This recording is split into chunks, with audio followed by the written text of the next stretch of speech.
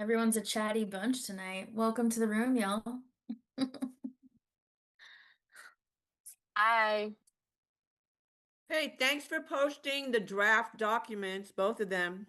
Yeah. Much appreciated.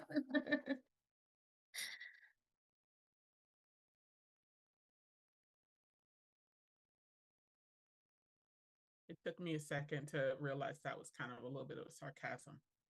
So sometimes it takes me a minute to catch on to the sarcasm.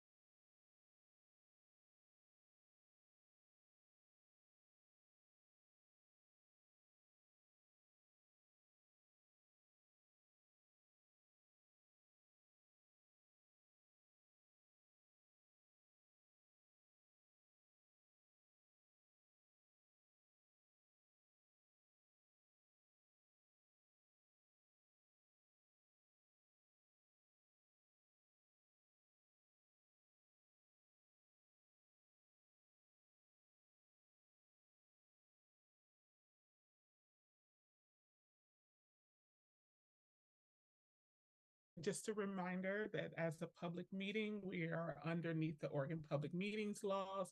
Our meetings are recorded for review later on and be uploaded to the website. And just be mindful of the chat function and be respectful in those spaces. I'll go ahead and turn it over to Kip. Yeah, let's start with introductions with PCEP members. I guess I'll start with myself. I'm Kip Silverman. I use he, him pronouns, and I am co-chair of Portland Committee on Community Engaged Policing. My co-chair, Pastor Wisner, is not able to make it tonight, so he won't be here, but I will pass it on to Vanessa. Hi, everybody. I am Vanessa Perry, she, aya pronouns, PCEP committee member. I will pass it to Gabby. Thank you. My name is Gabby. I'm the chair of the Policy and Reform Committee. I'm in an airport, so I'm probably going to go off screen for the later part of the meeting, but I'll still be able to hear and respond. And I'm going to pass it to Leslie.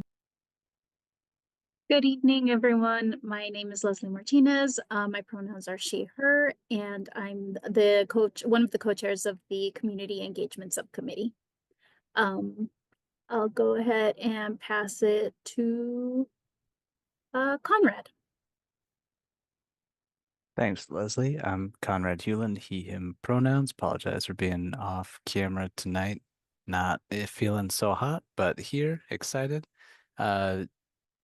Sorry, did kind of miss the Tia? Did Tia go? Oh, sure. My name is Tia Palafox. My pronouns are she, her, and I'm the co-chair of the Community Engagement Subcommittee with Leslie. Thank you. And let's see, I will pass it to, wait, I'm sorry. Did Vanessa or Gabby just go? I think they've both gone. I think Oh. Jorge might be. the Yeah, only one. Jorge Jorge here? hasn't gone yet. Hi everyone, Jorge Sanchez Bautista, PCEP member. Unfortunately, I'm also under the weather, so I'll be have my camera off. But yeah, glad to be here. I'll pass it over to Pastor Wisner. Welcome everyone. Hello, it's good to see each and everybody. Great faces that we have for this 4th of July. My name is Pastor Robin Wisner, co-chair with Kip of the full committee. And again, I don't know if everybody's there. Apologize for my 3 minutes late, but I'm on 31 years anniversary. 30 more years of it, so I might be leaving just a little early tonight. I forgot about that. I tried to call Liz and Kip, give them a heads up. So here I am. Yeah, if you need to bail, Pastor Wisner, that's all good. So Well, we're gonna stick with you guys for a while, and then the other half I have to go do my other half. Supposed to be, I'm so busy. Well, good to see you, and I don't know. I guess I'll pass it back to you, Liz or Kip. yeah, I guess folks from the city, do you want to introduce yourselves, please? Yeah, I'll get us started. Liz Taylor, PCEP Program Coordinator. Iman and I are co-leading this meeting with Afrida on the staff side since Dory is on vacation. So, yay. Okay. Hello, everybody. Happy early 4th. My name is Iman Gassemi, and I'm the Community Engagement Coordinator here for PCEP. I'm very happy to be here. Thank you. Yeah, hi everyone, Afrida Davis, facilitator, happy to support while Dory's out. Hopefully she's really enjoying her vacation. And other city employees of the city can go ahead and introduce themselves as well.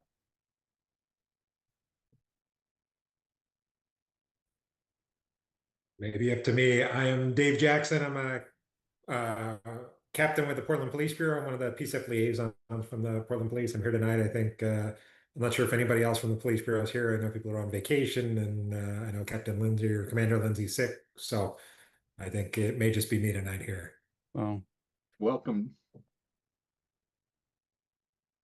Hi, I'm Sarah Ames. I'm a deputy city attorney, and I know that Christopher Taft is still on vacation, I believe, through today. And so he unfortunately is not able to attend from the mayor's office. It's that time of year. Sorry, so many of you are feeling ill. I also wanted to say that after closing in on 5 years this fall, this is my last PCEP meeting. What? I am retiring at the end of the month. A little early, but anyway, so I get to do that. And I just wanted to let you know that it's been a pleasure working with you. And I'm really, really happy with the position that PCEP is in now as I leave compared to where it was when I started. You have outstanding staff and really interesting and strong members. And I think you're positioned to, you've been codified. I think you're positioned to really kind of move this forward. So congratulations. You know, Sarah, you're welcome to join anytime you want on a Wednesday night. So just saying. Yes, You, wonderful. you Yeah, paid your dues.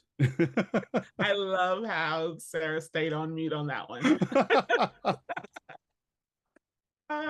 Any other folks? Thank you, Sarah. It has been a pleasure having to been in space with you this many years.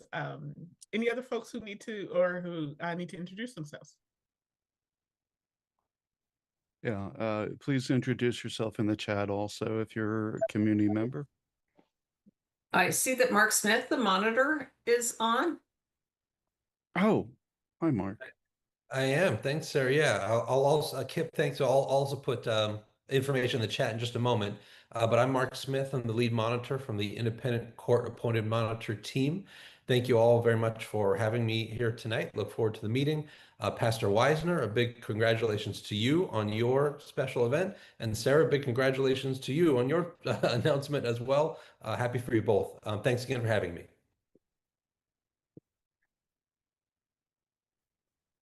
Right on. Well, I need to say to Sarah, you just don't know, you've been a delight, Miss Sarah. And for someone who has been so engaged with this process, sincerely, thank you.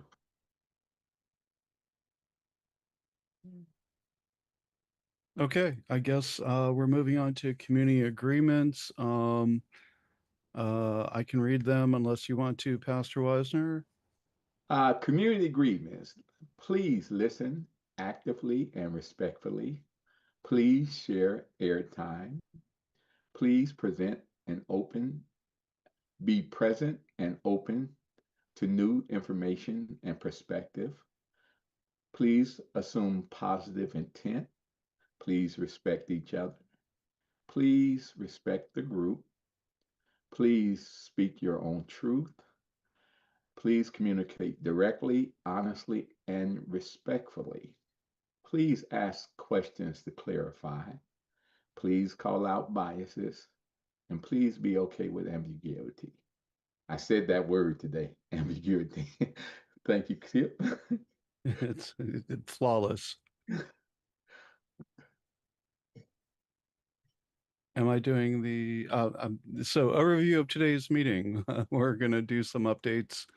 We're going to review the draft of the status conference hearing statement and get some real-time input from PCEP members who are here and other suggestions that might come up. We're going to review the review. We're going to do a review of the PCEP community engagement plan and hopefully codify that into an approval status from the full committee standpoint. And we'll have some time, of course, at the end for open public comment. Yeah. So as we move into updates, oh yay! As we move into updates, there's a lot of good updates that PCEP members will be sharing. We ask that we hold questions until the end of the updates, until the open public comment section. At that point, so if you have any questions that pop up for you, please hold on to those questions and we'll address them in open public comment. Yeah. But yeah, go ahead, Kip. Yeah, and Sarah, Liz put together this slide for you, which I'm grateful for. We want to congratulate you on your retirement, and I know myself and everybody else on the committee really is grateful and thanks you for all your time and effort that you've put into PCEP. I know personally that I've asked a lot of challenging questions and can sometimes be a pain in the butt. So I appreciate you handling things professionally and trying to steer us towards success time and again. So I want to thank you personally, and we all wish you very well in your retirement. And if anybody else has some words they want to share, please go ahead. I I really appreciate that. It's been a pleasure working with you, and as a community volunteer in the at various times myself, and working with community volunteers, I just completely appreciate the amount of time you all have put in and your dedication. So back at you. Thank you for all your contributions, each and every one of you. Some of you I've worked with for years, and some of you I barely have gotten to know, but I really appreciate the time working with you. So thank you. Welcome, This Sarah, is to one the project I Retirement feel like Club. I'm leaving in a good place. So, some of my Yeah. other ones are a little more, disruptive. And Antoinette, here you are. Welcome to the retirement party. It gets better. Let's go fishing. Gone fishing. Well, I Thank know where you you can for all you find her do. on some of the days, and that's at 24-hour fitness, unless she's changed it. I ran into her over there, and I'm like, hey, that's Sarah. It's a small town. Well, I think I said it again, and as well as others, your small places and circles we've been in, you've handled yourself with grace. Uh, you've been very honest and forthcoming, and more than anything, uh, the concerns from the community from the beginning of what you came in to start working with the settlement agreement with, along with PCEP. Um, on behalf of what I can say from the areas of representing AMA, AMAC, thank you again.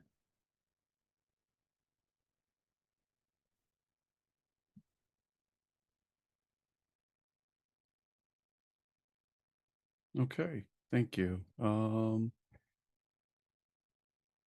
Does somebody from the Community Engagement Subcommittee want to do the updates? Yeah, Sorry, I can get started. I Yeah. was muted. yeah. Okay. Our bigger update is a youth community event with Dream Big City that we have been chatting about and still working on, but the date is July 21st, 2026. Well, this summer, in the evening from 5 to 8. It'll be located in Southeast at the Dream Big Plaza. We're partnering with the program Dream Big City as part of their 1-year anniversary jam series, Fam Jam series. The event is designed as a youth-centered summer opportunity gathering that's focused on building relationships with community members, creating accessible spaces for public safety dialogue, increasing awareness of PCEP and its role in the community accountability. The atmosphere will be informal, community-driven, and family-friendly to encourage participation from individuals who may not traditionally engage within the city process. Sorry. I can keep going, but Leslie, would you like to do this slide? Yeah, I can take care of this. So primarily as part of this partnership, we will have a presence at the event through a community engagement and outreach table. And there we'll have the opportunity to connect directly with the attendees and share information of who we are and the work we do. As Tia said, a lot of these people may not be involved in city processes, so this may be the first time they're hearing about us, and we want to engage with them with that in mind. And so one of our main goals is going to be to collect community input around public safety. We'll have a short survey that is very brief, like just a few questions. And as we'll also have conversations with attendees throughout the event. So that'll be primarily how we're gathering input. We're also, as part of this, building in participation incentives to encourage engagement and make the experience a little bit more interactive for our community members. Right now, we're still finalizing the logistics with our community partner, but we will have an opportunity for community members, committee members to come and attend the event and participate in that. So we'll definitely be keeping you all updated with what that could look like, whether it be like manning the table or just attending the event. And it's just really a very exciting opportunity for us because it allows PCCEP to build awareness in the community and strengthen relationships with our community partners. And, you know, thanks to Iman, we're expanding our outreach and efforts beyond traditional meetings. So this will be like one of the first times that we really do that, and we hope to do more throughout the summer and throughout the year.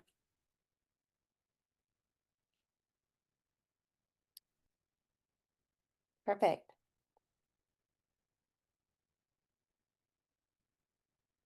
Great, thank you. So we had our meeting on, I'm sorry, I hadn't seen these before. You're good. Well, first off, I'm going to say, I'm going to put in the chat a little bit of information that I wanted to share with everybody. We had a great meeting. Ashley Lancaster came and described the process of what happens with police directives. And I would suggest, if you're interested in learning more about that, go back to the recording. I'm going to post that in the chat right now. You can also follow and get updates about new police directive reviews. They'll get, updates will get sent to your email. That information is in the chat too. We talked about the Joint Task Force, Terrorism Task Force. We read a letter from community leaders. That's part of the recording. We are going to be doing our next meeting, our meeting is every fourth Wednesday. Our next meeting in July is going to be on the 2025 use of force report. And we're going to be giving a basic overview of like what that means, how use of force is categorized, what the report says. We are going to be having a follow-up meeting, ideally in September, regarding disciplinary action that comes up from use of force. We're going to give you more information on that later. We did get the STOPS data report for 2025. And so we will definitely be doing a presentation on the STOPS data in August. I had talked about that last meeting, but that is confirmed for August.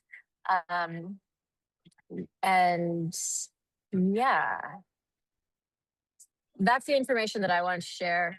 I support this slide, but I'm not going to read it verbatim. The information that I want to share from the last meeting and the upcoming meetings is in the chat. Thank you. Thank you. Okay. Excuse me. Other updates that we wanted to talk about were some adopted city budget updates. The budget was finalized for FY 26-27 on June 18th. There were some reductions from the public safety area. You can see on the slide, almost 6 million reduction EMS budget, 80% reduction of PPB's PS3 program, which, if memory serves, went from about 38 people down to 8, somewhere around there. I don't have the exact numbers in front of me. Some reduction in technology and upgrades, which Leslie and I got a interesting education on some of that last week. Also, there are some reductions of administrative positions and and some vacant vacant positions that had not been filled yet. So there's that's headcount that won't be filled going forward. There's also some reductions again. PFR, Portland Fire and Rescue Medical Rescue Services, I believe that's chat. I could be wrong. To just peak hours only, which puts more emphasis on EMS and private responses. There's an ad of $2.5 million to fund an engine at a double company station. I'm not sure what that means. And Yeah, just on that one. yeah, So I think that's the St. John station that was about to lose an engine. So they refunded that or funded that one again, so they didn't lose that that engine was at St. St. John's. Okay, John's. Yeah. I know they were thinking of closing it entirely, so that's a good thing because that's just down the street from me. Also, there's some extra funding for chat after expiring grants coming in. So there's a little bit of shuffling of money. There's also proposal, which I think is the next slide. Nope, not yet. Also, additional reductions. I have a lot of issues with budget almost always going after public safety as one of the first things they start cutting. So I get a little emotional about it. But they eliminated one coordinator position from the ceasefire team. Thankfully, no cuts to Portland Street Response or Office of Violence Prevention. So that's some positive news.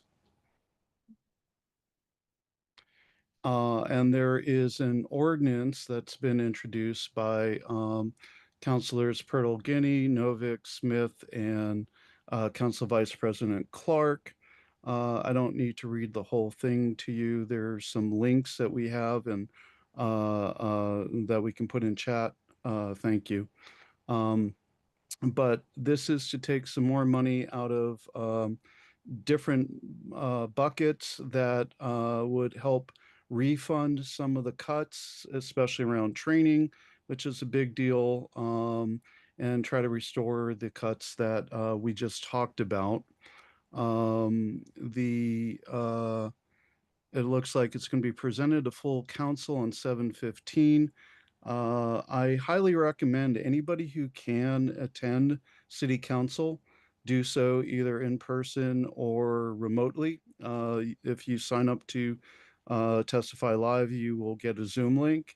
And if you can't attend in real time, send letters to the city on that particular ordinance. It's really important that we are not cutting training, equipment, and personnel for public safety, period.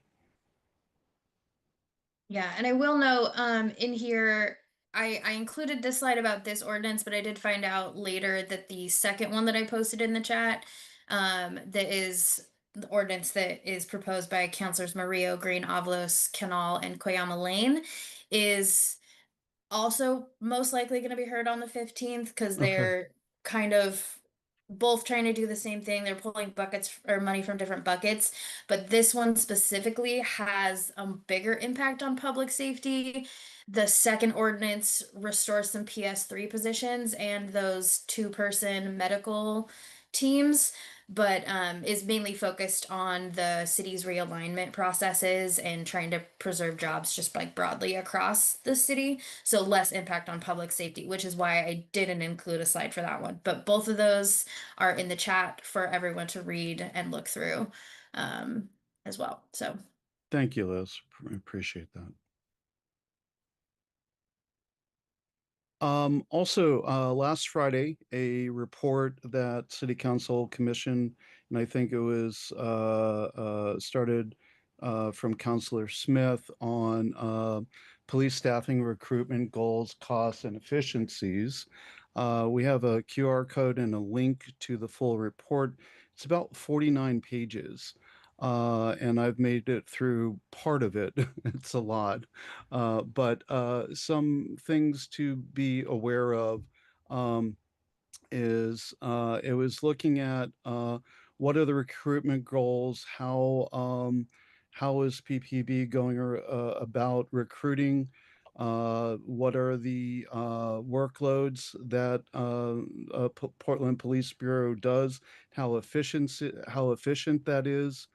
It also identifies several areas where the workload could be expanded if additional staffing were available, but it also highlights different areas where there are definite inefficiencies on how sworn officers' time is used and how different functions could be parted out into different roles. So it's dense and pretty impactful. It also talks about how the response time has nearly doubled, especially for outlying areas because of the consolidation of the precincts several years back, but also how there are 30% less calls than previously, but that doesn't relate to more efficient time to call, possibly because of some of the inefficiencies that were highlighted. So once again, highly recommend taking some time to go through it. It just came out a few days ago, but I am sure there will be some after action conversations in city council that come up around it.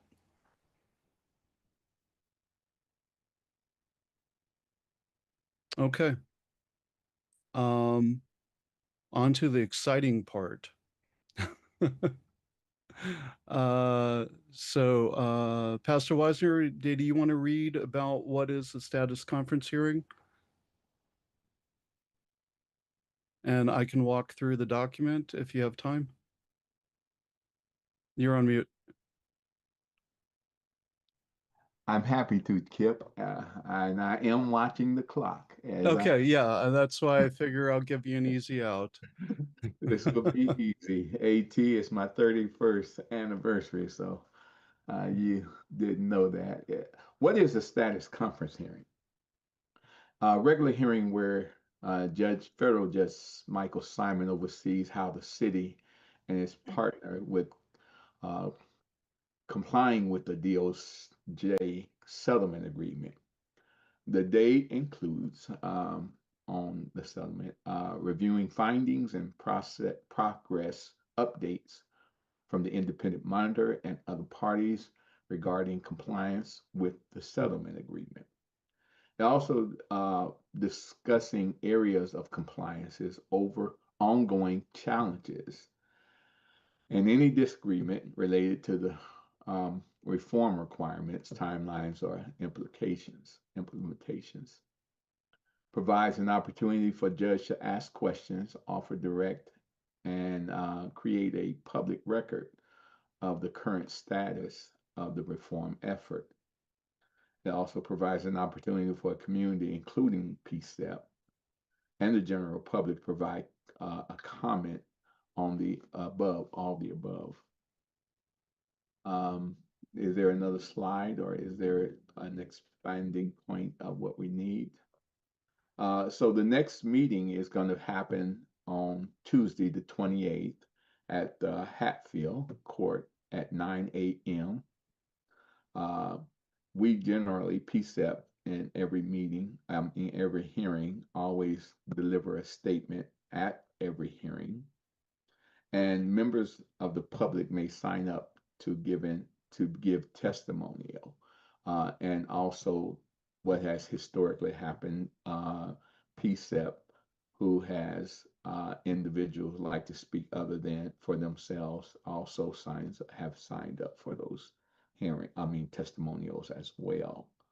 Our today objective is captured committee wise sentiments about how well the settlement reform is being implemented, and any other community concerns or observation related to policing and things you would like Judge Simon to consider in this draft that we're hoping to be able to deliver and speak on behalf of PCCEP. And it's designed that members will deliver the statement, which probably will be Kip. This review is intended to make sure that the community generally agrees with the content of the statement.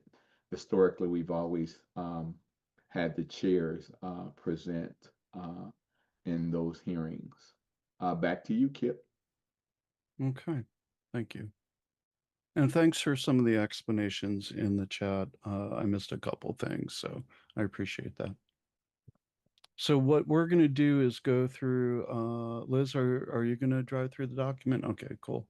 We're going to do the fun thing where we read to you, and you can read along with us. And if there's, if anybody on the committee wants to make comments or have input, just let me know, raise your hand, and we'll talk about what changes we might want to make to this. So, and Jorge, I see your comment on the side there.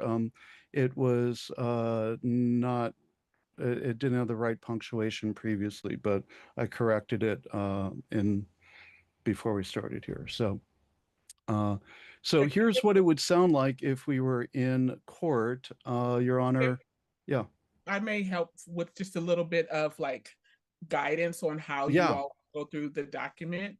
Please. So there's a couple of documents you all are going to review today. And in order for us to get the most out of our time, we're going to view these two ways. First, context wise. And so just as you're about to do, going ahead and reading through it and processing it as a whole statement, and where shifts and changes might be needed is ideally, and then we'll come back to any comments on the side that need to be addressed on the side. Okay. No, I appreciate that. Thank you, Yep. Frida. Yep. So, it would sound something like this. Your Honor, parties of the settlement agreement and amici, I'm here today representing Portland Committee on Community Engaged Policing as a committee now, and okay, need to work on that again. Now an entity formally codified into city law by Portland City Council due to Mayor Wilson's advocacy.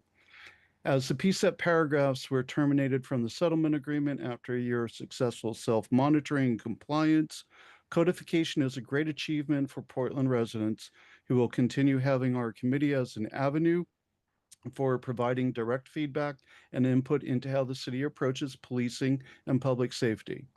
On behalf of PCEP members past and present, we want to express our gratitude for the many community members who supported PCEP codification over the years, and to Christopher Taft and Mayor Wilson for getting us over the finish line. From where the settlement agreement started in 2012 to today has been a long, often complicated and arduous journey, which has resulted in more transparency into policies and practices, and has offered in many cases better outcomes between Portland police and members of our diverse communities.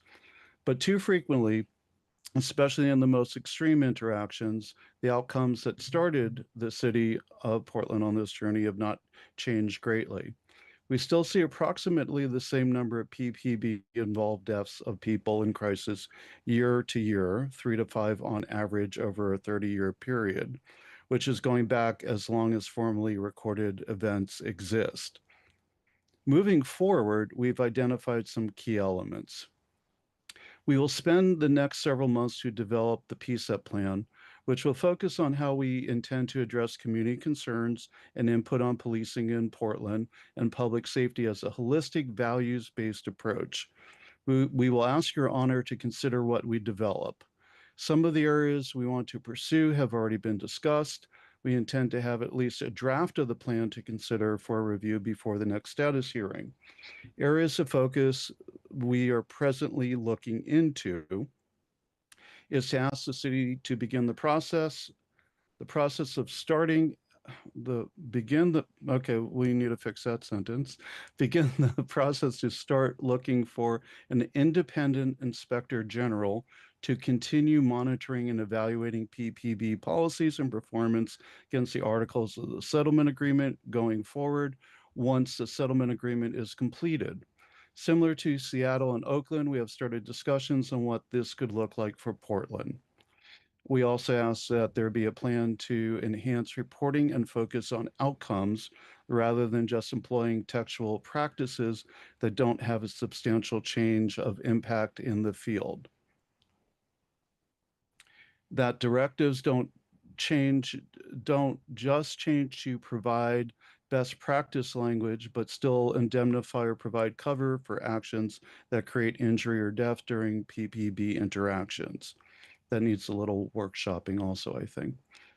A reiteration and commitment acknowledgement that, as Dr. Christoph said in the as the COCL signed off, that the end of the settlement agreement was the ground floor and that there's still much work to do.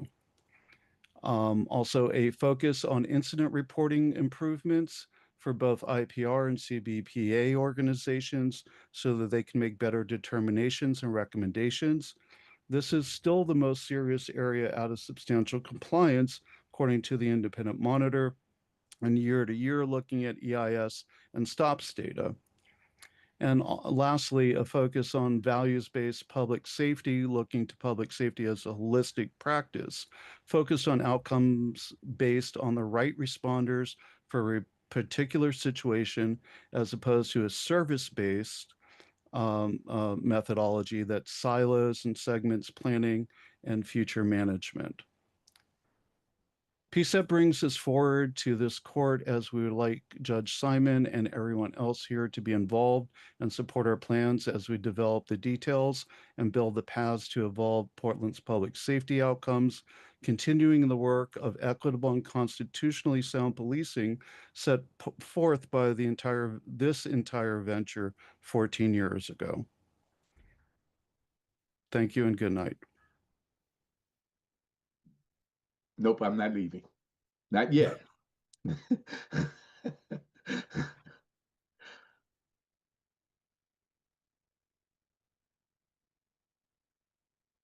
right, thoughts from the committee members on the statement?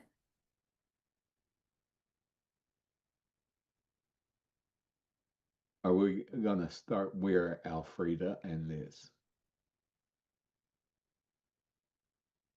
Kip. I'm answering some stuff in the chat right now also. Okay. Monitor report includes outcome assessment support. Yes. Can you, for the record, Kip, Yes. say what you're responding to and like what is being asked in the chat? Yeah, yes, absolutely. So Barb had mentioned that Jeff Bell took over for Mary Claire, and he is now retiring. That's a PPB resource. When we are asking about an independent inspector general, we mean someone who is independent of the PPB and the city as a hired resource to continue the work once the settlement agreement is resolved, which we're sure it will be in the near future. But similar to some other cities, the two closest to us that have similar situations have been under consent decree are Seattle and Oakland, California. And we look at those as two possible models for what we're going to propose.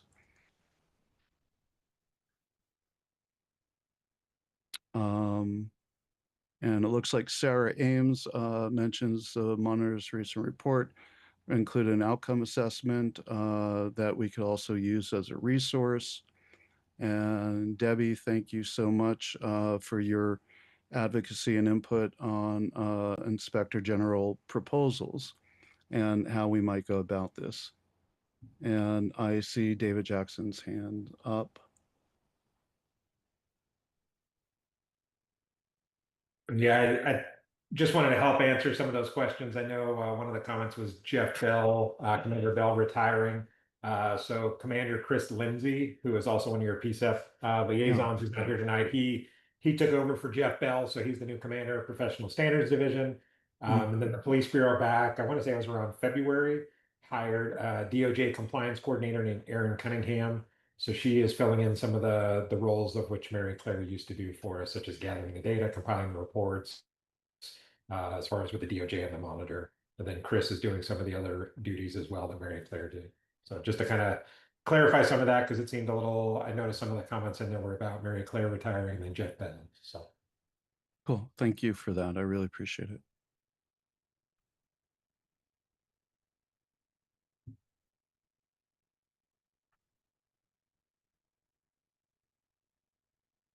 Any other thoughts or input? There's clearly some structural language that needs to be cleared up a little bit. I'm generally in the habit of reading my own stuff out loud when I write things, and clearly I didn't do it enough times. But we've already had some input from Dory and Conrad and Jorge asynchronously offline. But we will continue working on this and refining it until generally the morning of the hearing, which sometimes there are some rewrites that happen in the hearing itself. But is there any major input from PCEP or anyone else or thoughts to share?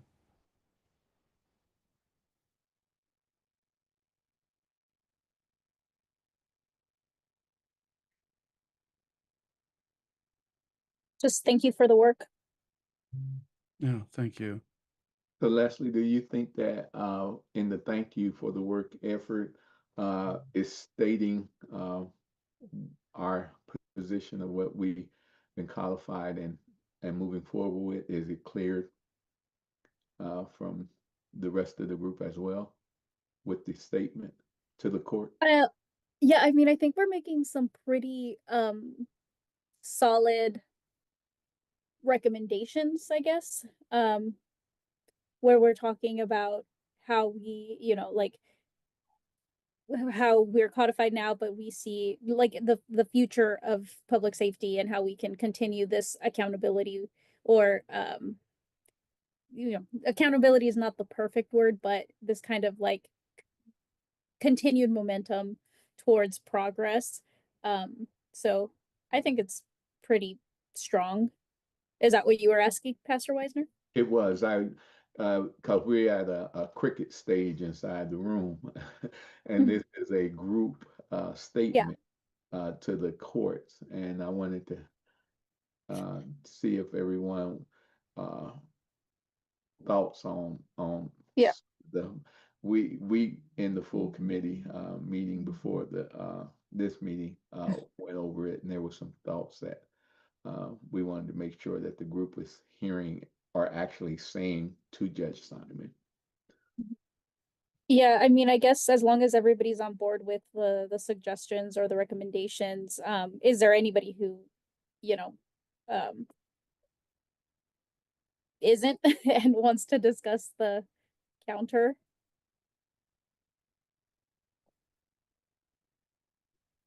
No. Gabby says no. Okay. Yeah. So I the think- ultimate goal is to take a vote on this, a consensus vote on this meeting. So do you guys want to just like go through it and make those grammatical edits now that we're talking about, get it in a final form and leave it in, like maybe one or two tweaks, like with the fact checking, adding in sources and all that? I think that makes sense. I did Okay. take a look at the link that Sarah Ames dropped in the chat, and I guess that seems pretty factual. So it was, well, it's I think 4 in 2025, 1, 2, 3, 4, 5, 6, 7 in 2024. So yeah.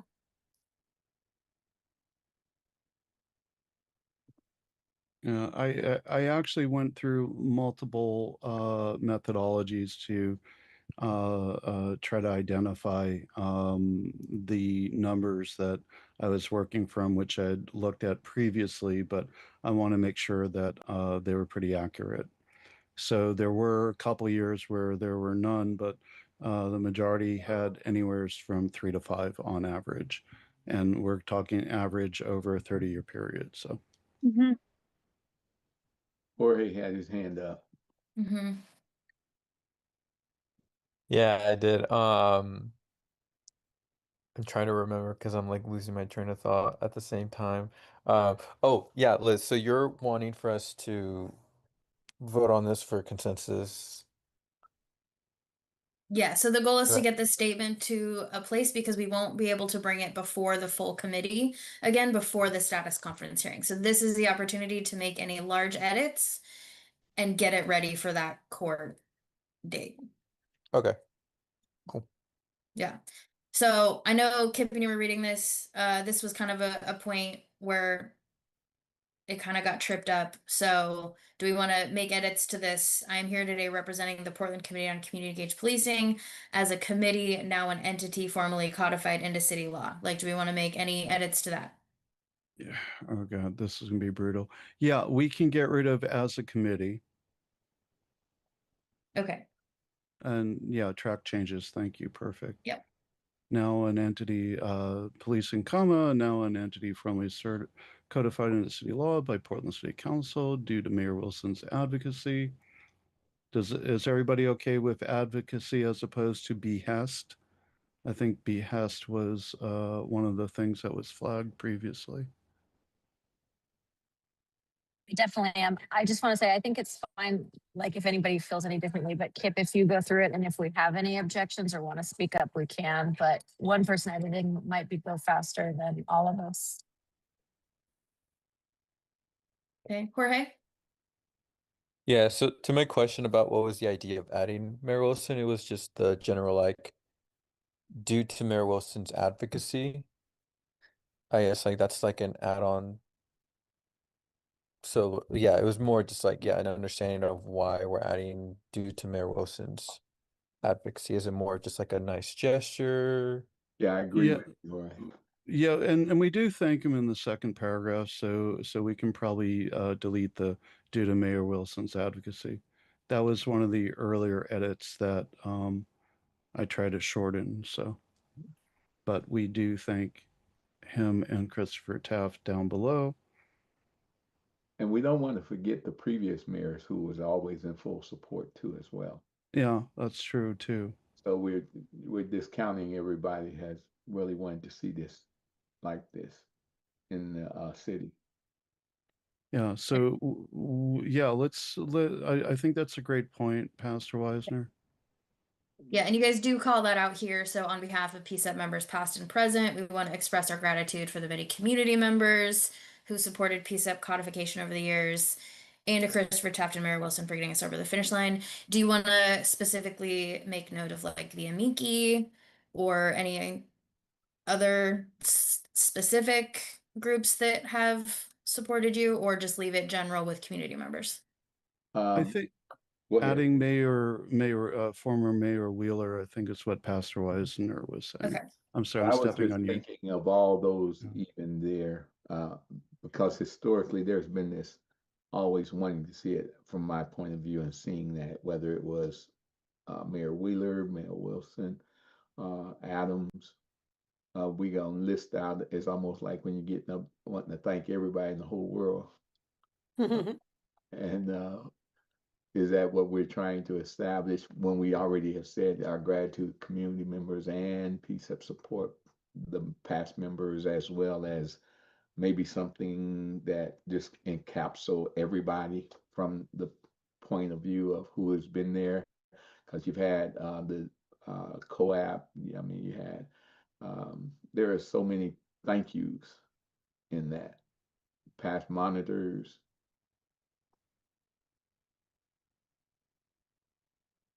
Yeah, I think keeping it relatively short makes sense rather than getting too much into like an Oscar acceptance speech. But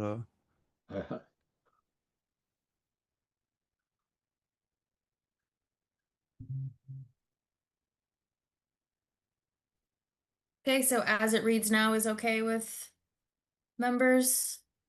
There I is a think it's comment. weird to call out Mayor Wheeler and Mayor Adams. If like, I think if oh, we, like if we're gonna name everyone, or like, do we need to just name, yeah, like past city leadership, Yeah, administration. okay. there you go. I Yeah. mean, Yeah. so yeah, city council or, community partners. Yeah, keeping the naming specifically some and not others makes it weird. So I think this is a better edit.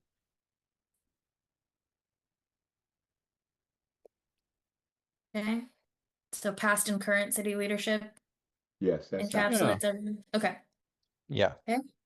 And this might throw a monkey wrench in everything, but we have predecessors, and we didn't name them. And I believe that the work that Senator Gordley and Dan Handelman had done somewhere in acknowledging the history of what this is, past and present members, as we see in there.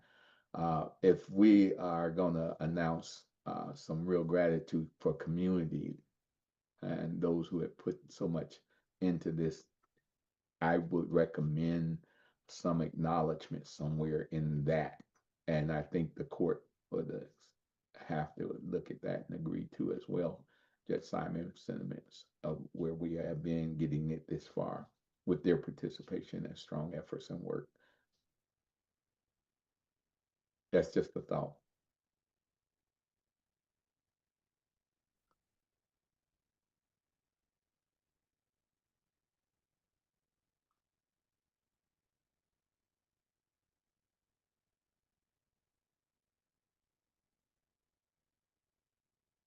PCEP members, any response to Pastor Wisner's suggestion to include? Where would you want to include that, if so?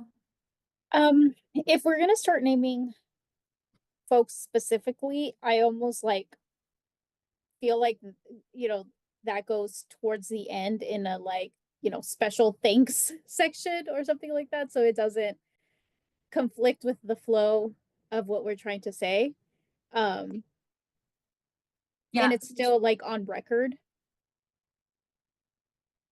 I would agree there. And I'm just getting sappy, okay? Okay, guys. Yeah, no, I get it. I mean, you talking Dr. Bethel, you're talking a Hardy, Pastor Hardy.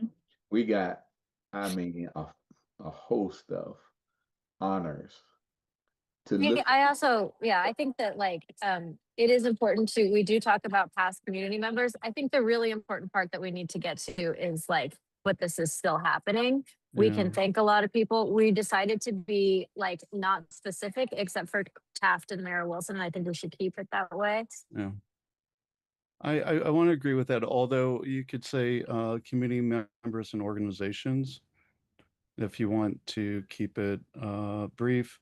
I like having the meat of the statement and the gravity of the statement towards toward the entire thing, but especially at the end, rather than turning to a bunch of thank yous at the end. But that's just that's my personal preference, so I'll defer. I'm agree. I disagree because Okay. I do think that the meat of the statement is the piece where we're saying, but there's more work to do, and here's what we. Yeah.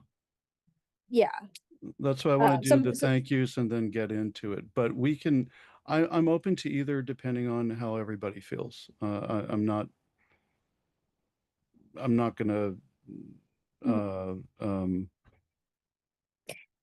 I think this is sufficient to me for the thank yous. In statement.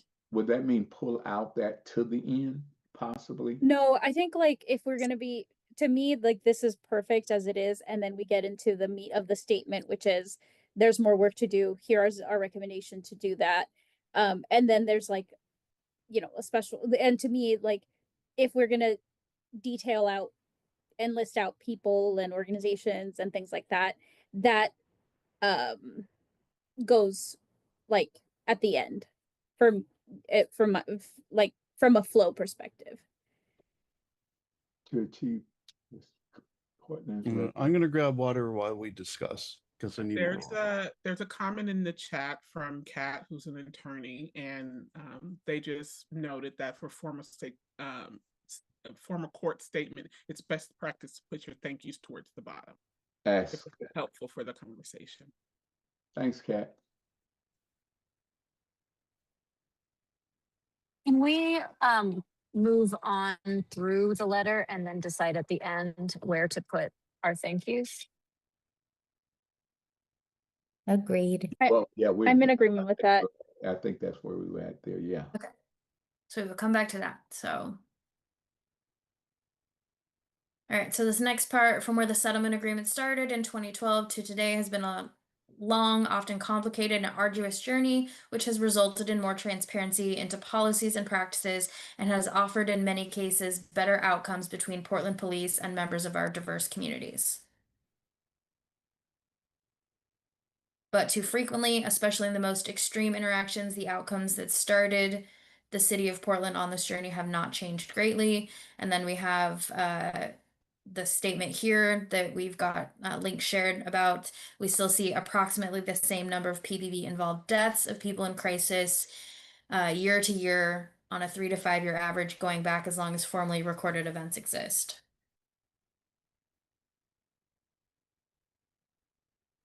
Do we want to say like according to XYZ data? So you're citing your source there? I definitely Yeah. think we need Kip to weigh in, yeah. I mean, we can, or we can annotate it with sources if we need to.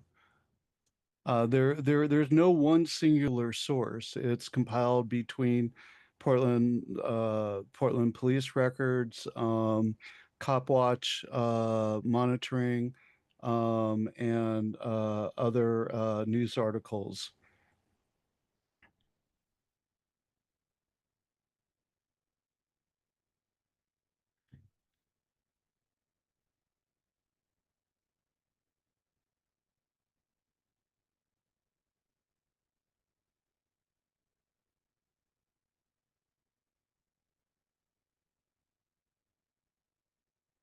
I just put it in parentheses So- because I don't know how you guys want to really. So I guess, are you saying, Kip, that like the link where that Sarah Ames put in the chat where that is listed with like the incident, like that's not fully complete? Oh, I haven't had a chance to look at it. Maybe it is. I have no idea, but we can include that as well. Because that one does list All right. deadly force incidents and in custody death summaries. Okay, yeah, if it goes back here, I'll take a quick look. Yeah, it goes back to 2010. 2010. Okay, so Yeah. 16 years. Okay. Yeah, I would note that it does not distinguish in the, just on the main page, whether those individuals were in crisis at the time. Right. So Mhm. that's, I mean, understanding some of the history, I know that some of them were, and I believe that some of them were not. And I Yeah. don't know if, then following the notes about what the incident was will allow you to distinguish those. Yeah, that and I don't, yeah, I think we can add some referential links at the bottom to for anybody who is concerned about where the data came from and how we compiled it. I don't want to be exhaustive about it, but I can if we feel that's important. About 48, 52%, something like that. I didn't go exhaustive, were people in crisis, but as Sarah mentioned, not all of them were people who were having mental health crisis. So we can break that out as well if we feel that's important. I think we can take that out. I think it's still important that there are people, whether they're not in crisis or not. Yeah. And I agree with that. That intention was ideally there will be zero, and there were a couple years that were zero, but that's not realistic. But still, there's always an opportunity to do better. Okay, so if I'm understanding, we're just removing the of people in crisis. So it'll read approximately the same number of PPV involved deaths year to year, going back as long as formally recorded. Is that Mhm. Yeah. okay? Okay. Moving on.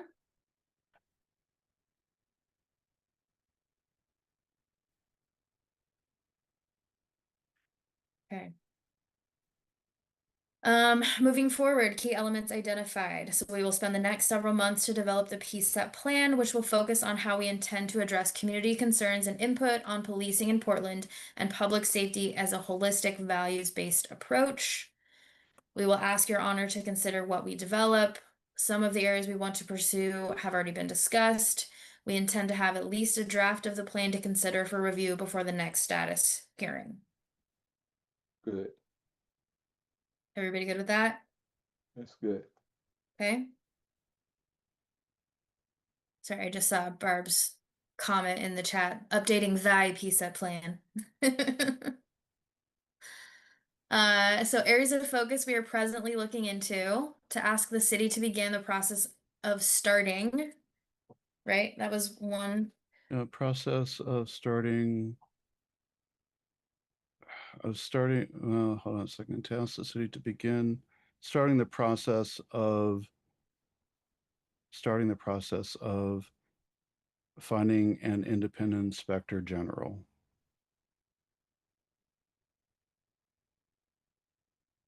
Okay. To continue monitoring and evaluating PPP policies and performance against the articles of the settlement agreement going forward once the settlement agreement is completed. I agree with Barb. She said hire. Mm. The process of hiring an independent inspector general. Yes. Yes. Okay.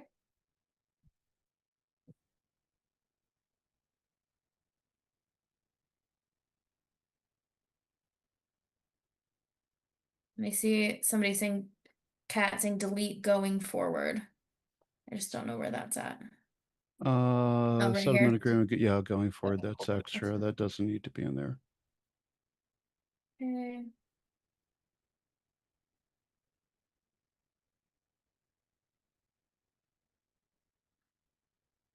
Okay, similar to Seattle and Oakland, we have started discussions on what this could look like for Portland. There Okay. is title of an inspector general.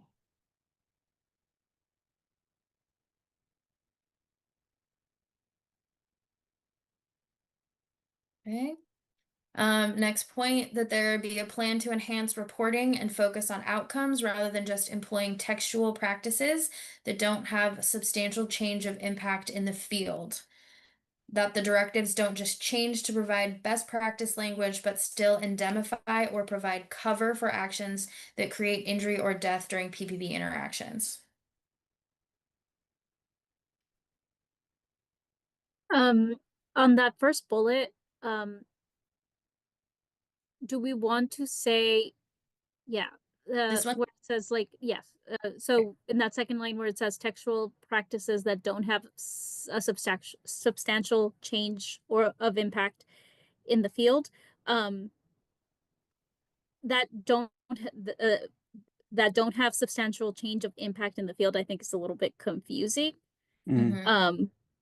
But and so I have kind of two edits there. It's like that may not substantially change like the impact they have in the field or something like that. Because I think don't is an absolute. Mm. And we don't necessarily want to say that. Like change outcomes or impact outcomes in the field or something like that. I do think we could dumb that sentence down a little bit. I had a hard time following for sure. Yeah. So rather than just employ textual practices that may not substantially change outcomes in the field. Yeah. I think the employing textual practices, we could probably find a simpler way of saying that as well. Employing textual practices, maybe we just put a note like simplify or something like that, because we do want to, as much as possible, right, have plain language. Yeah.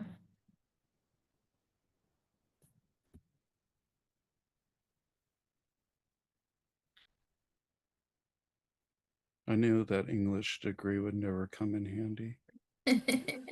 No one knows English. I don't. Eighth grade reading level's what we're shooting for. Yeah. That I directives don't know, I just know. change to provide best practice language, but still, so I think when you're saying like, but still indemnify or provide cover for actions that create injury or death during PPP. So I understand what you're saying there, but it almost reads like we're suggesting that they still indemnify or provide cover, whereas we're not. That's what we're trying to avoid. Yeah. Yeah, While, so I think that that needs to but be could reworded. change to while. I tripped over that as well. So Yeah, so the directives don't just change to provide best practice language while still indemnifying or providing cover.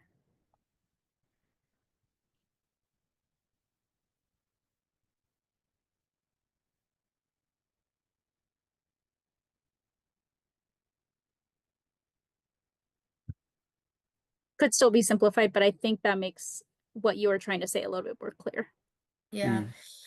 Just some stuff that's going on in the chat. The community is not liking that we're starting sentences with the word that. So it's getting into semantics, but if we want to rephrase, we can do that as well. we can clean up some of that. I agree. Starting with a preposition, not ideal. But as long as the content and context is clear.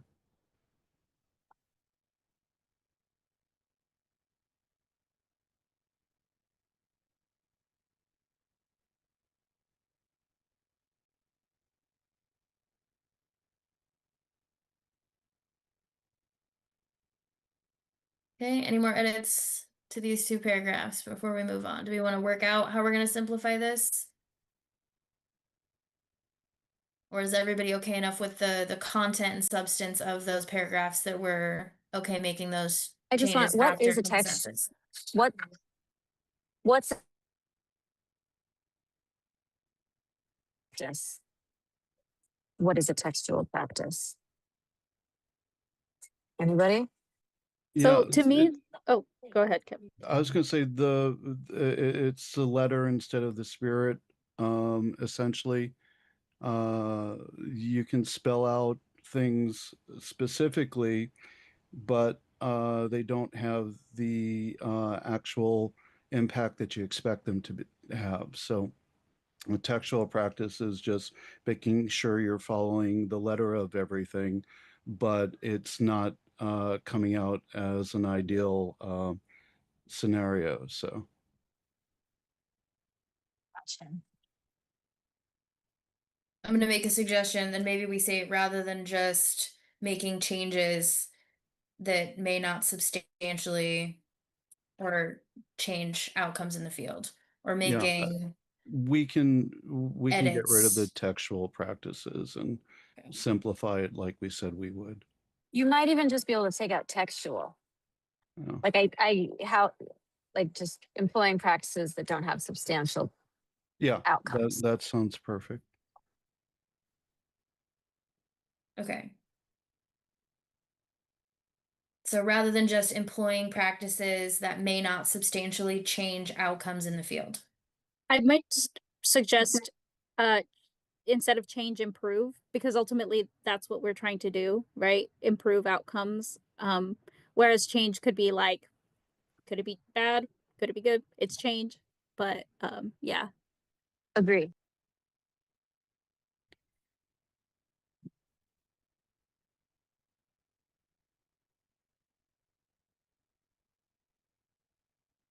Okay.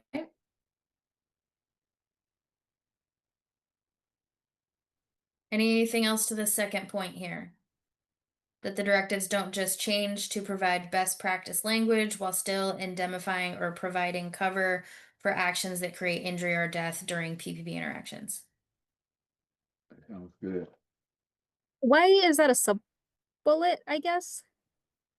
Because I was ideating on expanding on the first main bullet. So it could be part of the full sentence. And instead of starting with that, we could start with we want to ensure that directives don't just change.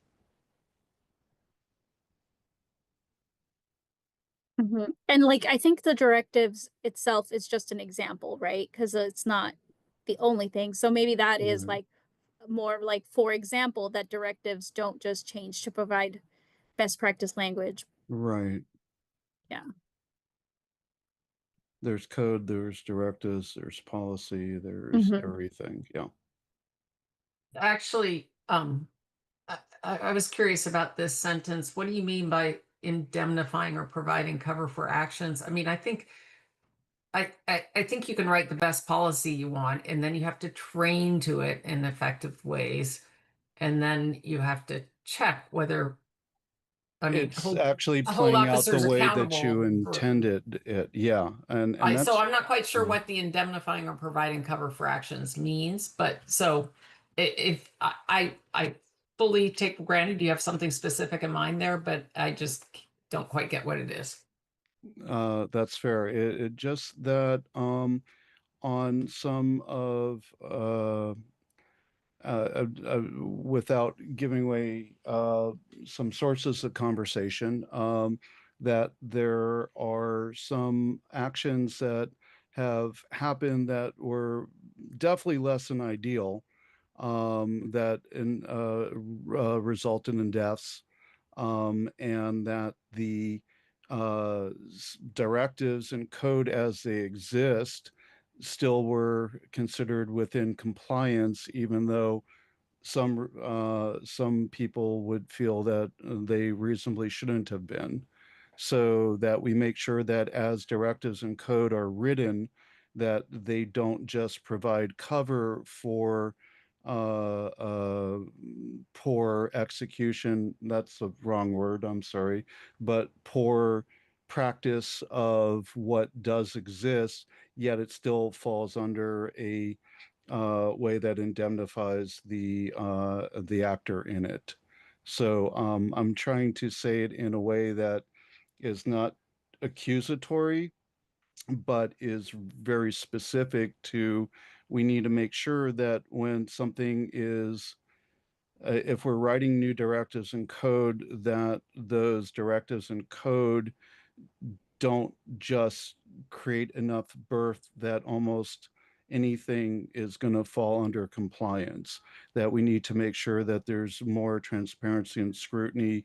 And if there are actions taken that result in a death, that ostensibly by more reasonable, that's a loaded word, I apologize, but I'm trying to explain off the top of my head, that it's not just going to be, oh, but it was in code, so it's fine.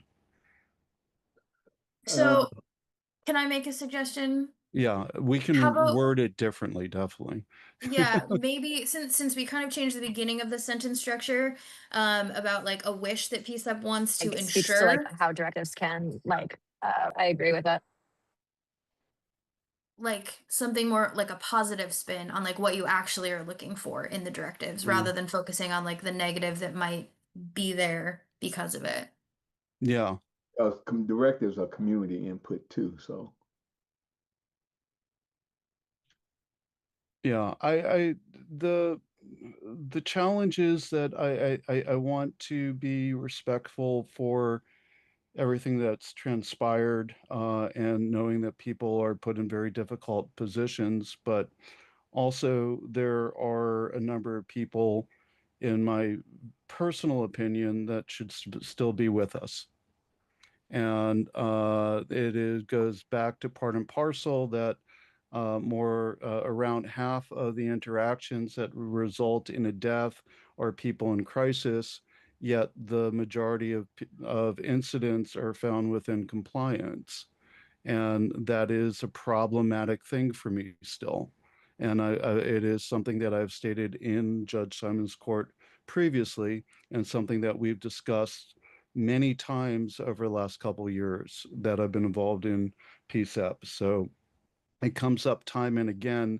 And I think as part of the PCEP plan, we should start developing what what can be done to address that as a endemic issue? I totally agree. I think we should highlight this and come back to it because we can keep on going through language. This is something that I think maybe once we're through the whole letter, we can come back to. Mm. Yeah, Because we're getting stuck here and I think we should move on and come back to it. definitely. Yeah, a time check is, yeah, Okay. it's 7:18, so. Yeah.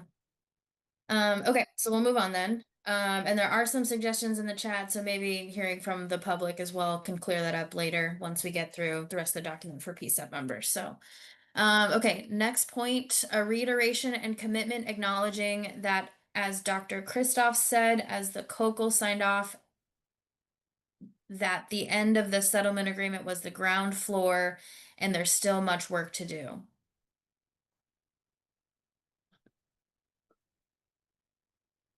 That could be simplified as a sentence, but hopefully the intent is clear. My only question is a reiteration and commitment from whom? From Dr. Christoph, or from, I'm sorry, that reiteration and commitment from the court and the amici parties that this is the ground floor and PCEP is going to keep carrying this forward as Dr. Christoph had suggested. If that wasn't clear, which apparently it's not entirely. Oh, did I spell it incorrectly? Thank you, Debbie, if I did. Okay. Reiteration and commitment from the court and community, acknowledging that, as Dr. Christoph said, as the COCL signed off, that the end of the settlement agreement was the ground floor and there's still much work to do. And add some commas. Commas cost extra.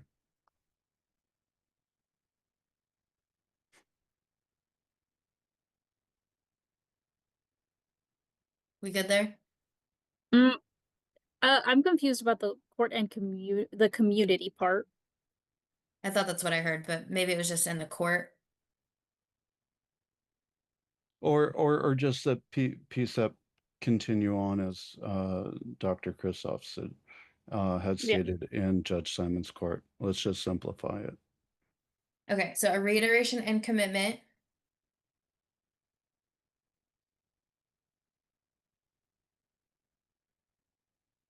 Guys, fill it in for me. Acknowledging that that Dr. Christoph's comment as the COCL signed off that this is the ground floor, there's still much work to do, and PCEP will continue moving that work forward. Okay. How's that? Maybe that's a little bit cleaner. I think a reiteration and commitment and acknowledging that the end of the settlement agreement was the ground floor and there's still much work to do. So like all those commas, like moving them to like either another sentence or the end, because like the main point of this is like that we're reiterating that that ending the settlement agreement is the ground floor and there's more work to do. And then, as stated by Dr. Christoph and the COCL. That sounds good there, Yeah. as stated.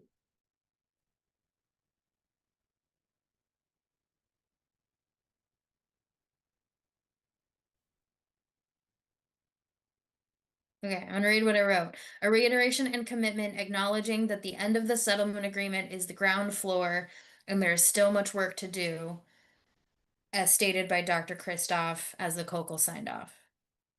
We can flip-flop that later, but I think that gets to what you're looking to do. I think that's like clearer because we're not, all those. Yeah. Yeah, that works. And I always want to start with a preposition. I love starting with a preposition. All I'm going to say. I might have been channeling Eddie Grant also from Electric Avenue. So okay, just have a couple more points and then the sign off and then we'll get there. So, Yeah, Jorge had okay. his hand up. I don't know if Oh, he still had a comment he wanted to add or not. No, sorry about it that, was Jordan. just no, you're good, Liz. No, I took it down after there was clarification on Leslie's point. Okay. And thank you, Afrida, for helping keep an eye on hands. Okay, so next point, a focus on incident reporting improvements for both the independent police review, we'll spell these out, and the community board for police accountability organizations, so they can make better determinations and recommendations. And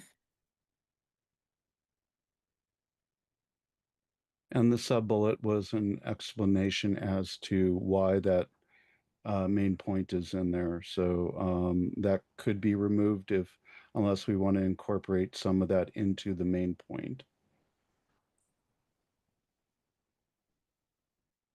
I think we should incorporate it because it provides context. Yep. Okay, cool.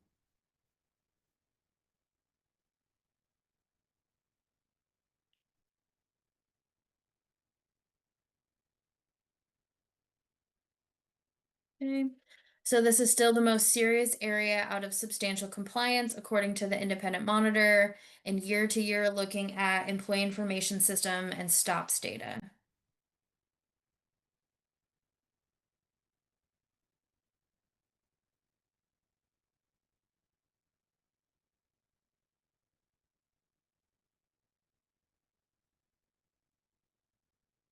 And I believe that it is employee information system, Sarah or Jackson, is that correct?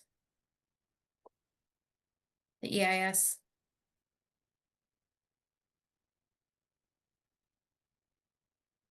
Okay, I see a thumbs up from Sarah. Okay. Okay. Other than spelling out acronyms, it looks like the group's okay with that content. Okay.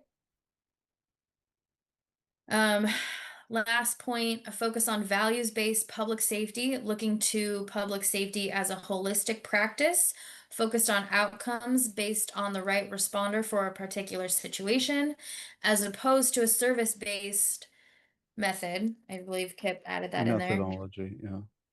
That silos and segments planning and future management. And that should be hopefully copacetic with what the public safety realignment plan is, which I think is still in the works. But we've discussed this previously, and it was part of this. Uh, um, uh, Come on, Kip, brain.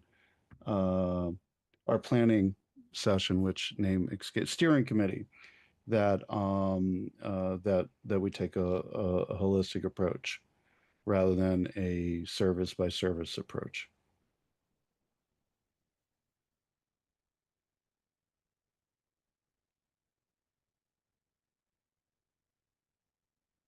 And encourage the counselors to do the same.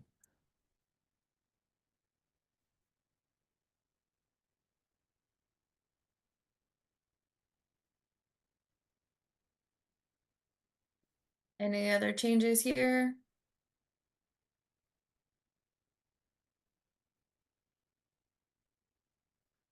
Going once, twice. Last paragraph. Okay. PCCEP brings this forward to the court as we would like Judge Simon and everyone else here to be involved and support our plans as we develop the details and build the paths to evolve Portland's public safety outcomes, continuing the work of equitable and constitutionally sound policing set forth by the entire venture 14 years ago.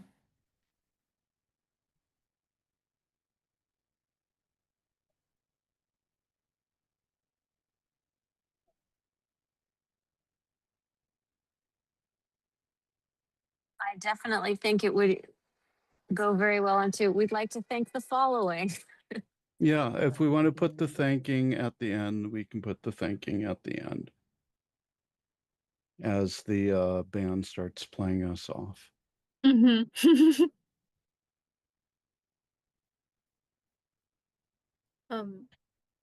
I don't think we need to move what's already there. I think if we just want to be more specific, at the end is where it would go.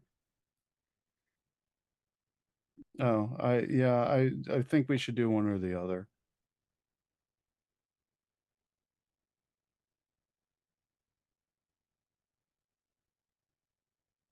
Or we can say thanks again and then read a whole list of names.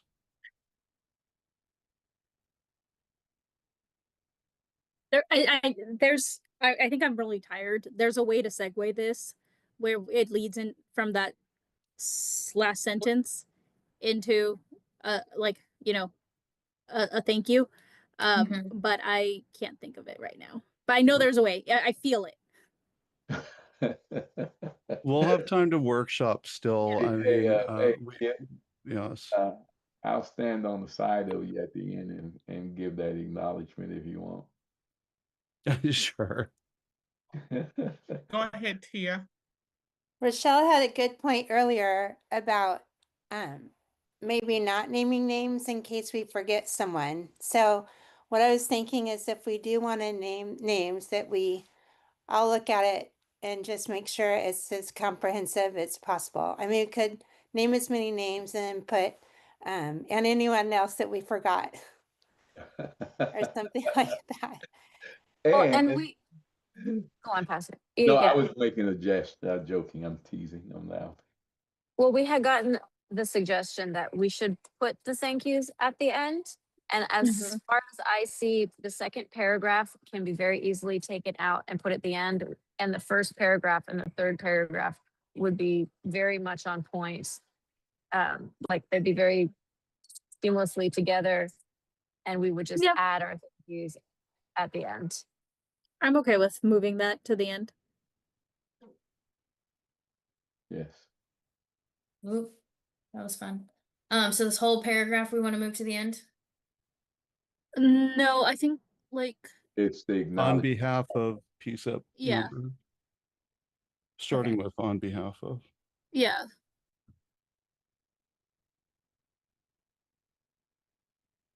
Okay.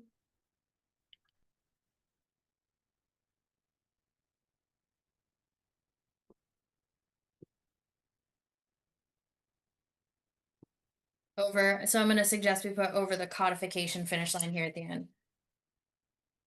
Good. Yeah, and then we'll need to add another sentence that talks about and leads into the additional folks we're thanking for support over those 14 years that we mentioned.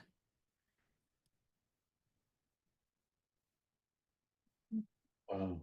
I'm so here.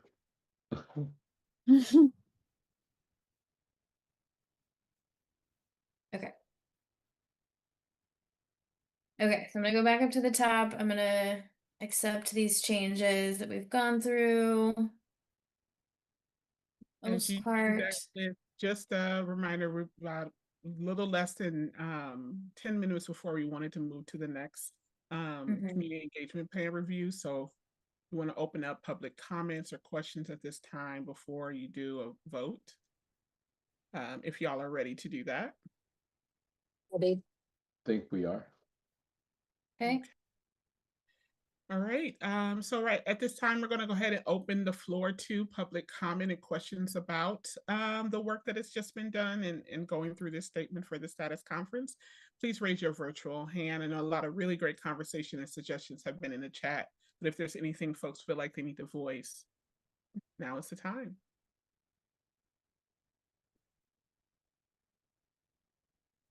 Go ahead, Barb.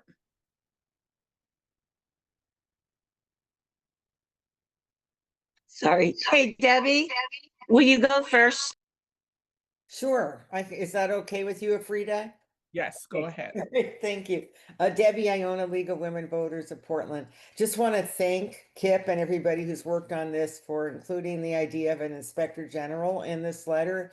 And just want to tell everybody that, this was part of the Police Accountability Commission's proposal to the city. And city council, voted to take it out.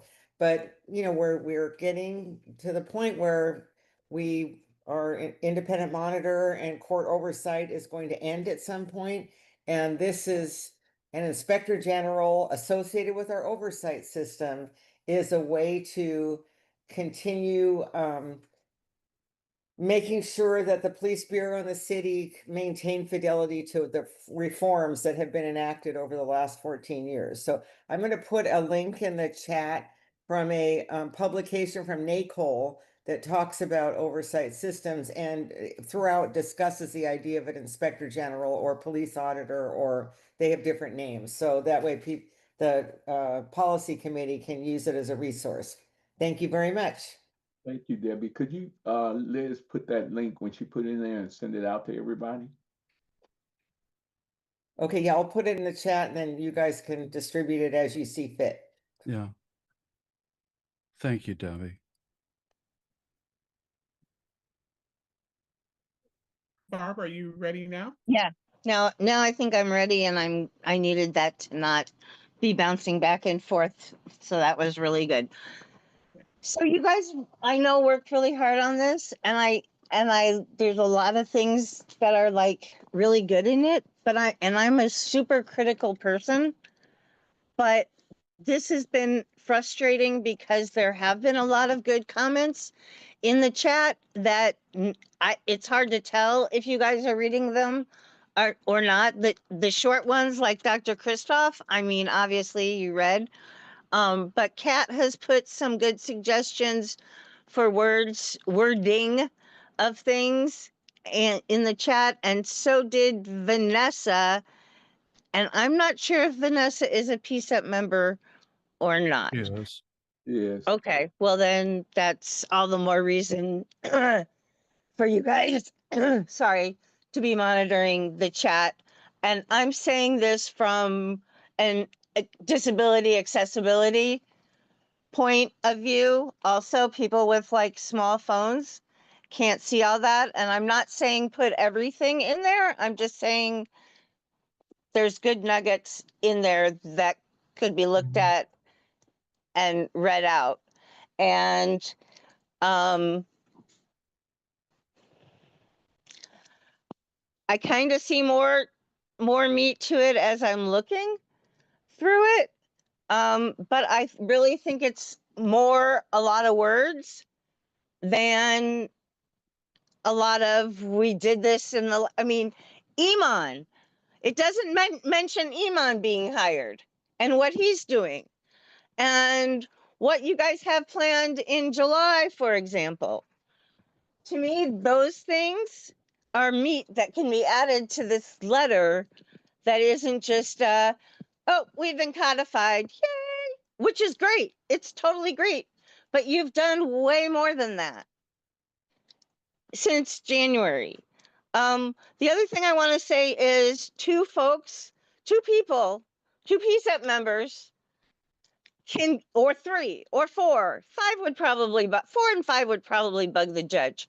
But there's nothing that there's nothing that says just one person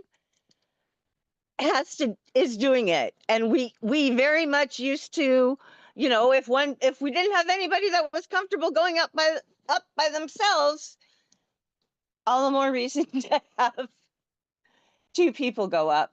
It is hard to comment on the letter after you guys have pretty much gone through it, because things are being put in the chat in real time. So I can't like sit here and comment on the letter because, you know, but by the way, at the very bottom, it says but too frequently at the beginning of a sentence. And I would really try to get rid of things that are gonna just bug the judge. You know, well,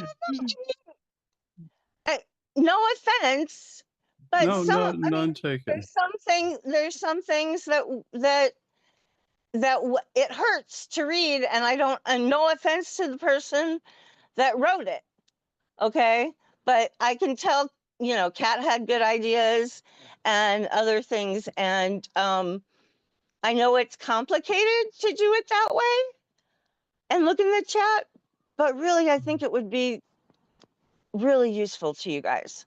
Yeah. That's what I've got to say, unless I There- go through the chat and say, oh, I said this at this point.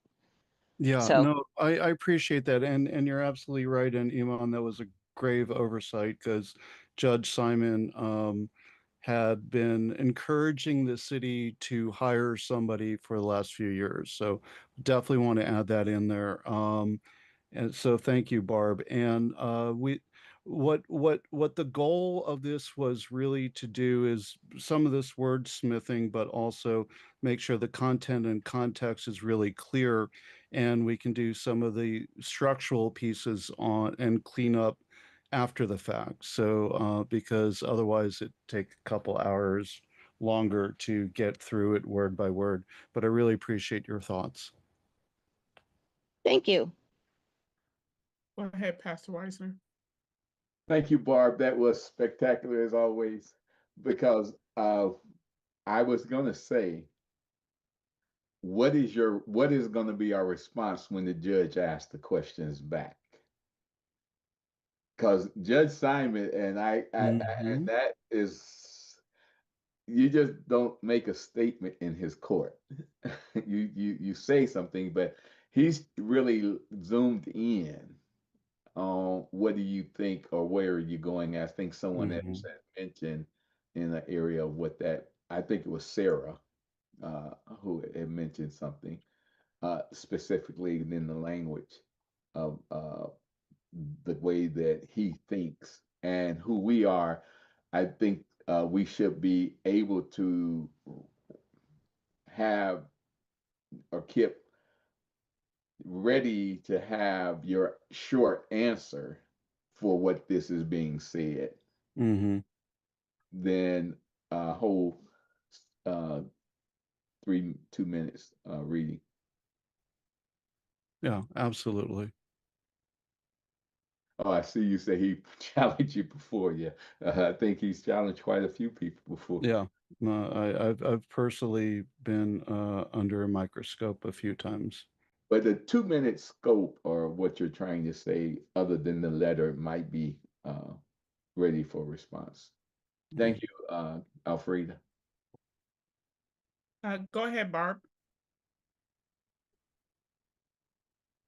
Oh, thanks. I was just, oh shit. Yeah.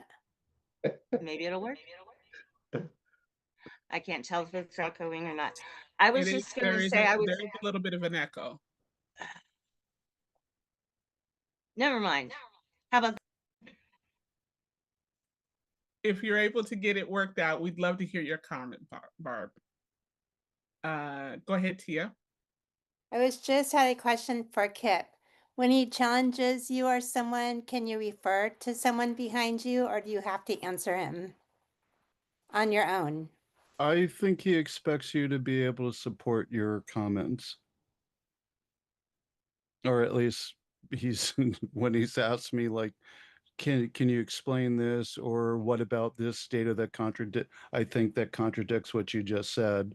Yeah. He wants an answer from you to support your own thing. So but I hoping will be clear enough by the time we get there that he won't be challenging us too much. No, Okay. Hoping. A challenge. I don't. Thank you. Response. I'm sorry. I might be off the mute. Let me make it. Barbara.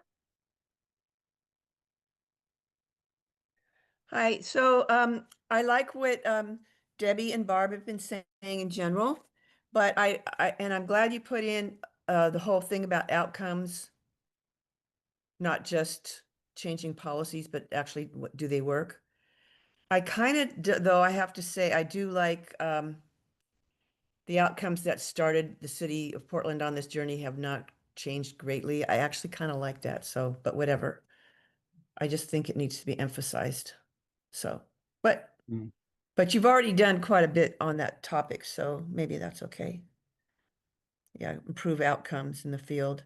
Yeah. Because it's just still shocking sometimes to see some of the body cam footage. But anyway, I really appreciate this letter. I think it's great.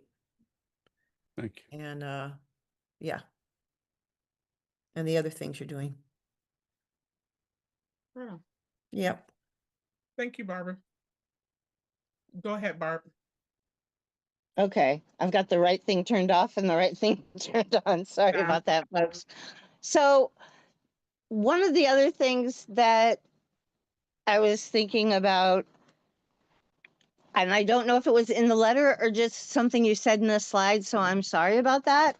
But so it might have been a slide, but a comment was made about like this being the first event that PCEP is hosting, kind of thing. And like, that's just really not true.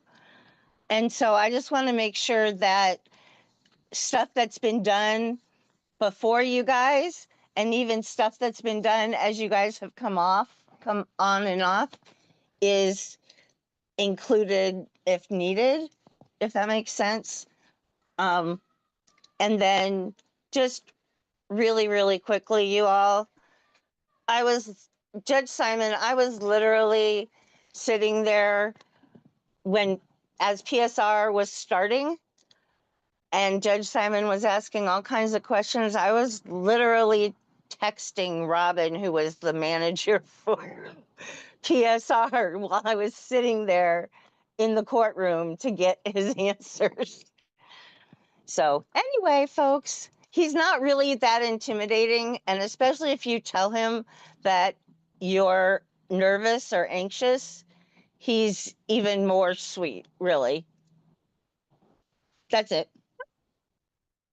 And I can clarify to your the first part of your statement, Barb. I didn't mean to say it was the first. If that was how it came across, that's not what I meant. I meant to say that it was the first event that we're hosting in this new structure with Iman.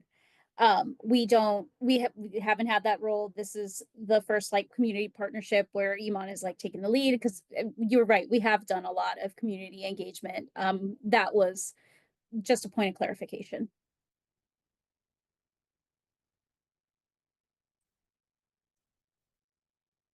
So are we at a place, oh, and I just want to know, folks have been following along to all the edits that's being made.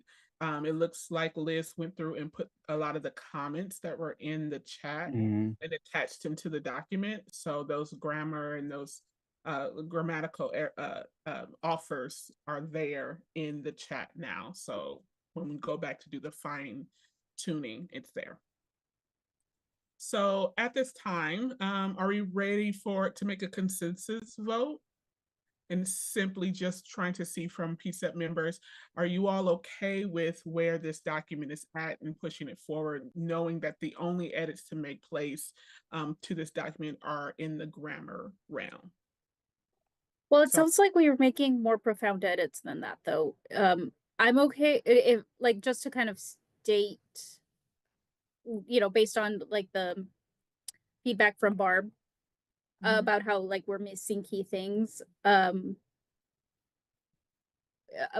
like what we've done. If we agree, I guess, are we in agreement that like those can be added like factually, like we did this and then this piece is the piece that needed more discussion? Yeah.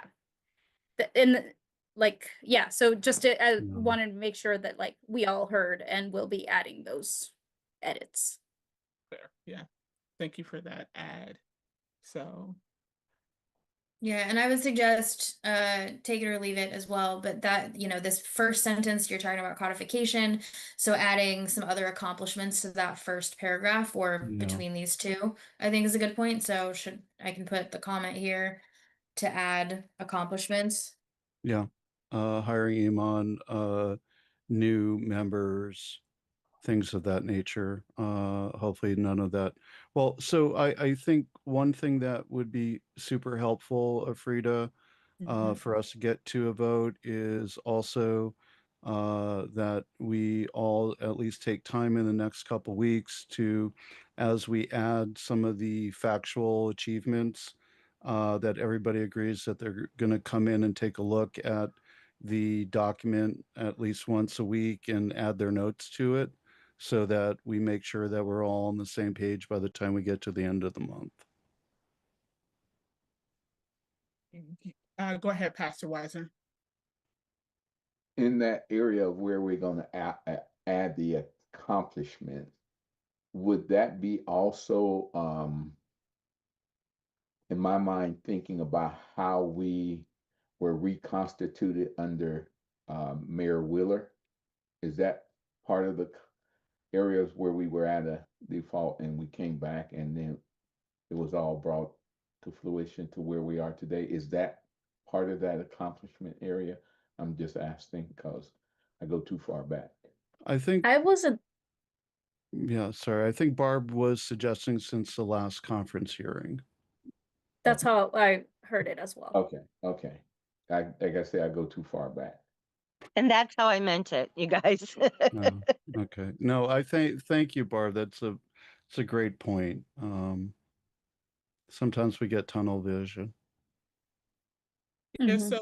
so it sounds like there is this aspect around the accomplishments adding to the document that needs to happen. There is grammar edits that needs to be adjusted on the documents. A more thorough go through of the chat probably will need to be had, and make sure that any substantial adds to the document. So it feels like a lot of ads and then additional requests for PCEP members to regularly check on it. With all of that, is this a document and a place where y'all feel like y'all can vote on it, knowing that those things still need to take place? Yes. I have something, I would say yes, but rather than having like a nebulous periodic check of the documents, I think it might be better to request that we make all of these amendments by a certain date, provide the PCEP members a little bit of time to review by a second set date, and then, you know, have that ready to go for the conference, for the status conference. So like just looking at the calendar, since the status conference hearing is on the 28th, if can we adopt all of these edits by the 10th? If you need a little bit more time to clean it up, maybe we can say the 17th. And then the week of the 20th, PCEP members do their review. Changes due by the 24th, or you know, final comments from PCEP members due the 24th, and then the 27th-ish, get it all cleaned up. I don't know. That's just like ballpark looking at the calendar. The 15th, that's 2 weeks and it's a Wednesday. Mhm. Sounds good for our first check-in, and maybe we should keep them on Wednesdays too. That makes sense. So from today to the 15th, Liz and team, or, you know, the final edits get like, you know, reconciled. The 15th to the 24th, PCEP, or the 16th to the 22nd, sorry. The 16th to the 22nd, PCEP members submit their feedback, and then the 23rd, 24th, and 27th, adopting those final edits. Yeah. So we can be ready to go the 28th. Does that sound? Yeah, I like that. That's great. Okay. So then the vote, if we were to have one right now, would be are people in agreement with where the document is at currently and the timeline that you suggested? Yes. Go ahead, What's the Tia. timeline? Go ahead, Tia. No, I'm saying yes. Oh Sorry. yeah, I'm saying yes too. We Yes, typically, correct? Okay. yeah. All right. So all right. So this is the consensus agreement. Okay. Yep. Go ahead. And so if you agree with where the document is at currently and the timeline that was just stated, go ahead and raise your virtual hand. Wonderful.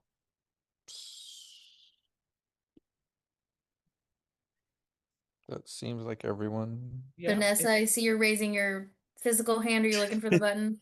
Okay. There we go. Okay. All right. Excellent.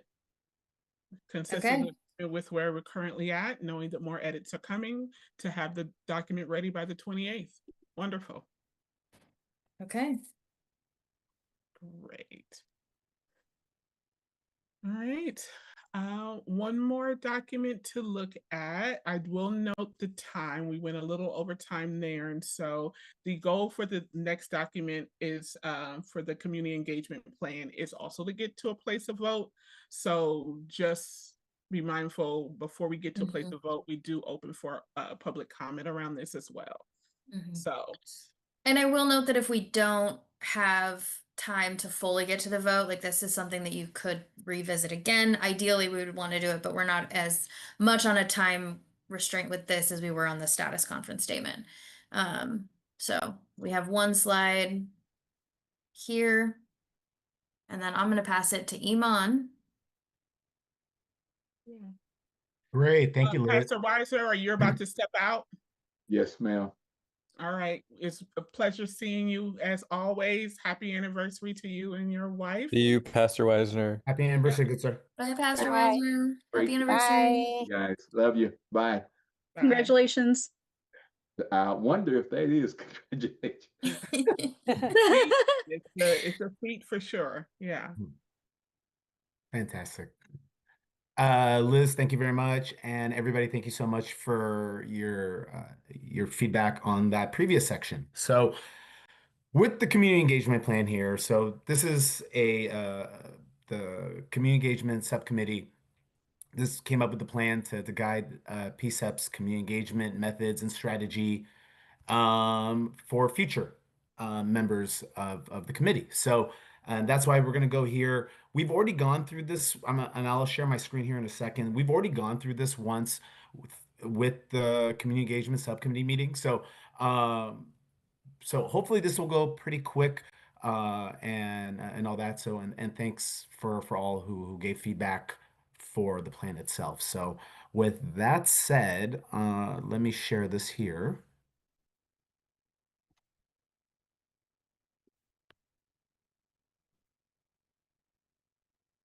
Okay.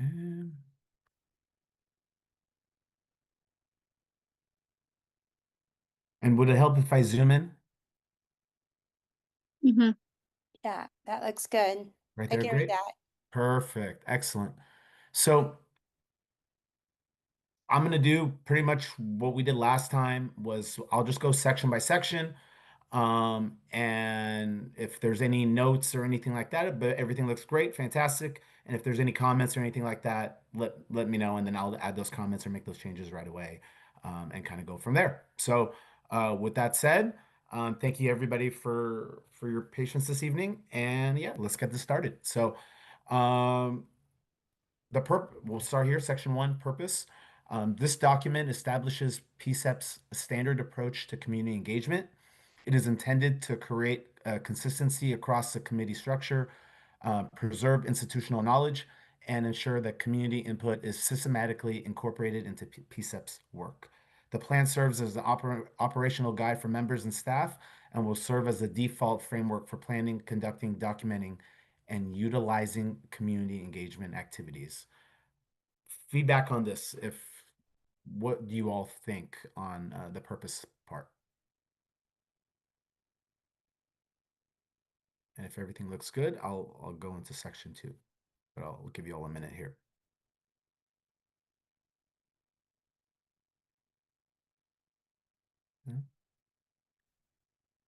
Okay, great. Section 2. Apologize here, let me make sure.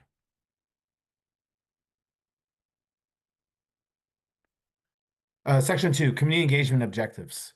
Gather community input, collect perspectives, lived experiences, and priorities from community members.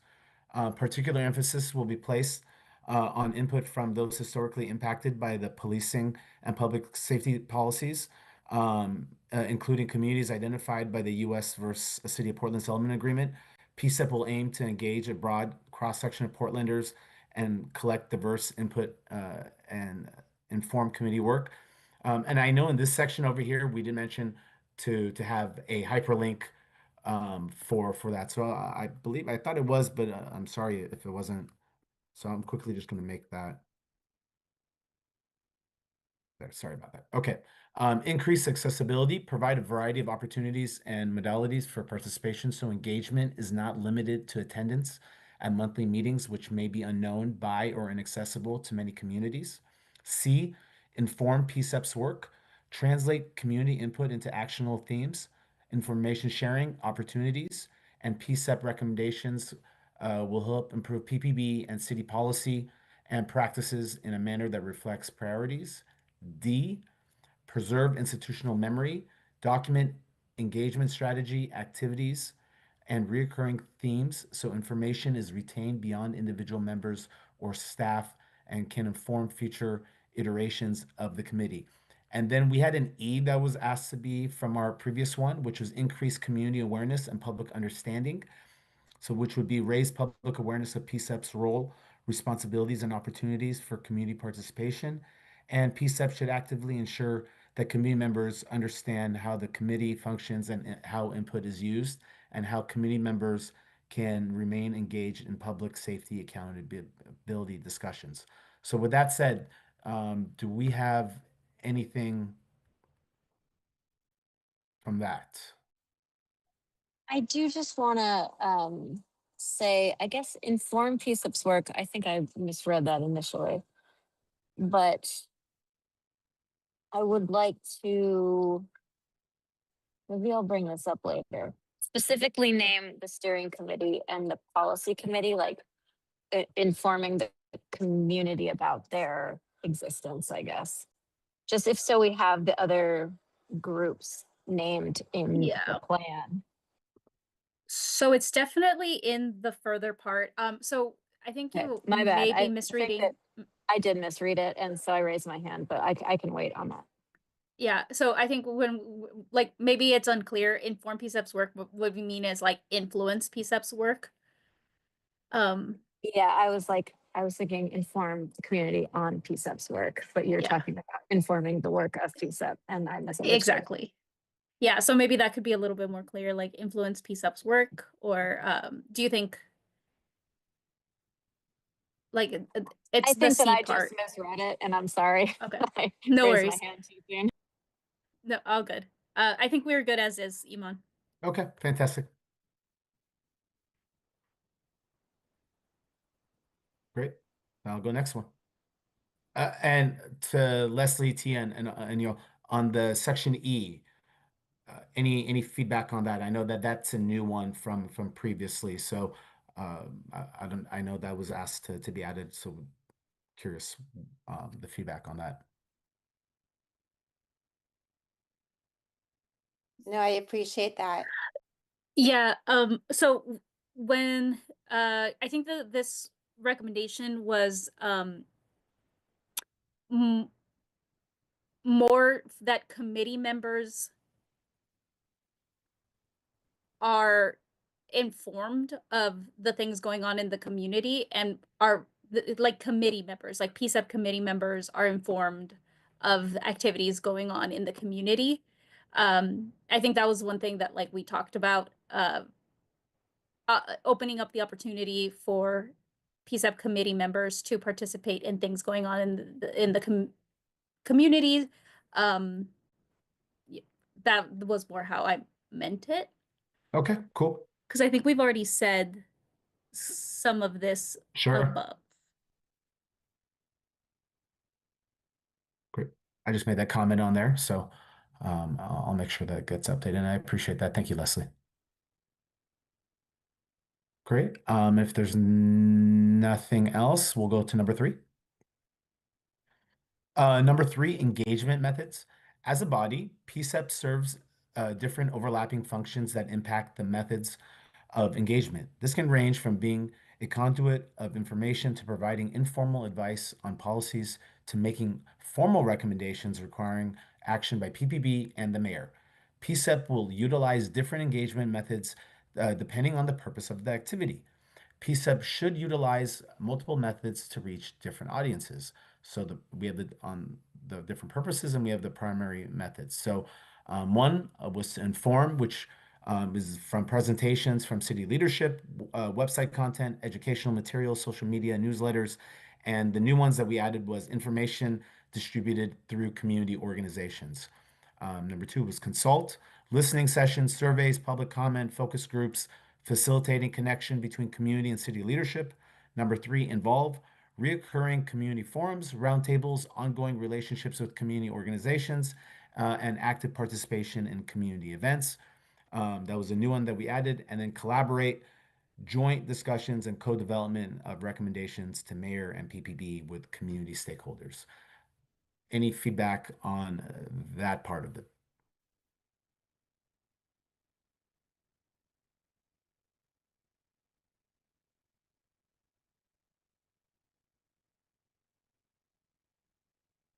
And if the wording of the new stuff also is acceptable to y'all as well.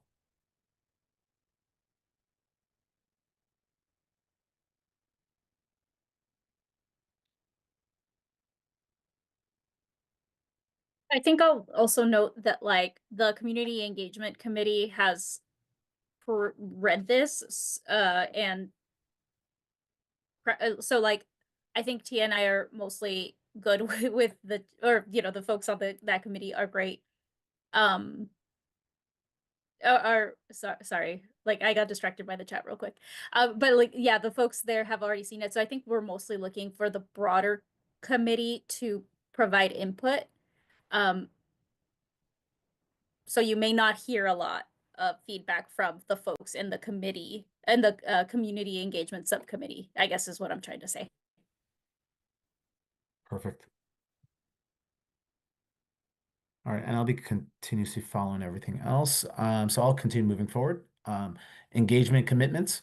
To ensure consistency, PCEP will maintain the following engagement activities as a baseline. A, monthly. PCEP full committee meetings with opportunities for public comment to shape committee decision making. I'm sorry, number 1. Number 2 here, community engagement subcommittee meetings. The majority of these subcommittee meetings will be engagement opportunities held in community with occasional working meetings to review subcommittee work and perform housekeeping. Quarterly, at least one community-focused engagement event each quarter. 2, quarterly PCEP steering committee meetings to establish committee priorities, including engagement opportunities for public comment to shape priorities. And 3, report from community engagement subcommittee presenting findings and themes from quarterly engagement and outreach activities. And I'll go back to that one here in a second, which we talked about having that removed. Continuous participation in community events and meetings in an outreach capacity. Continued relationship building with community-based organizations and stakeholder groups. And number 3, regular use of asynchronous engagement tools, including surveys, website updates, newsletters, and social media to inform about relevant issues and to share PCEP work. So for maybe even the community engagement subcommittee team and the others, that this part over here, are you all in agreeance to have this taken out? Well, so I thought we had already agreed to move that to outputs. Yeah, Move it to the output. Yeah. thank you.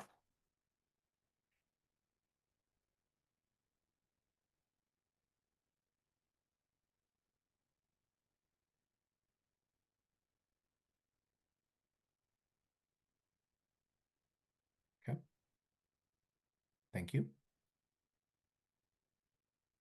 And just want to make sure before we move on from that, this is primarily where we mention like how we will engage with the steering committee and that like the other elements of the committee. Does that address your concern, Gabrielle or Gabby? Sorry.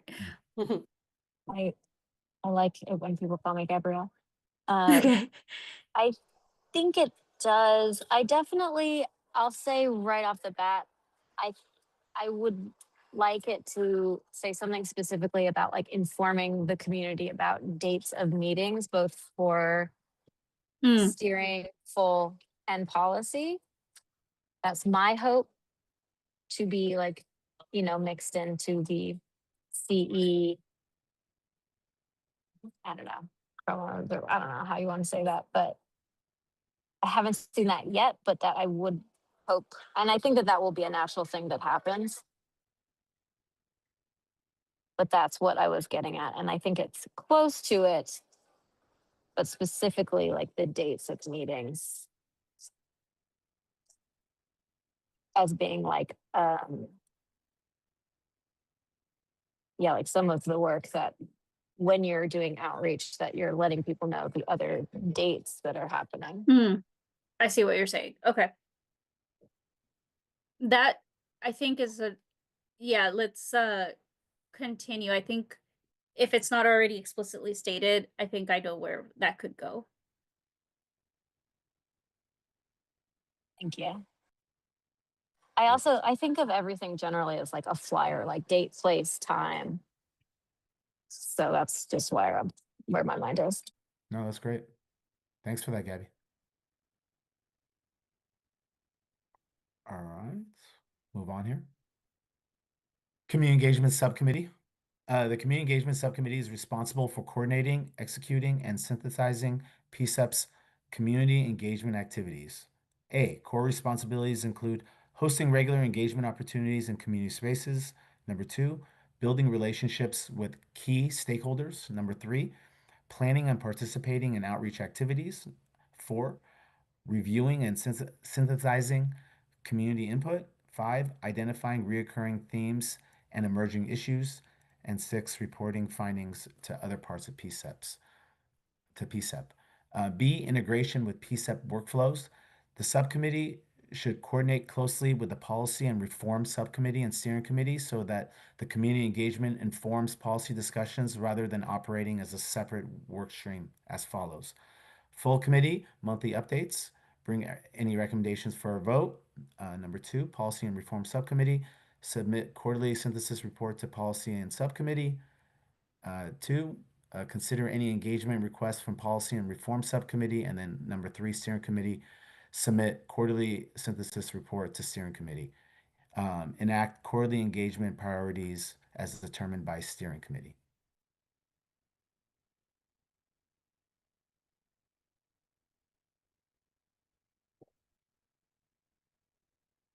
Anything here? Just to address maybe, so this section here, I don't scroll up a little bit, please, Ivan. In the core responsibilities include, that could be where we put Gabby's recommendation. The dates. But maybe this is, but so I guess I have 2 places, either here or in the inform where we talk Right. about the informed consult involved format. So yeah, we can just make a note here and then maybe it's just like, instead of making it a hard add, like consider adding new core responsibility of the dates.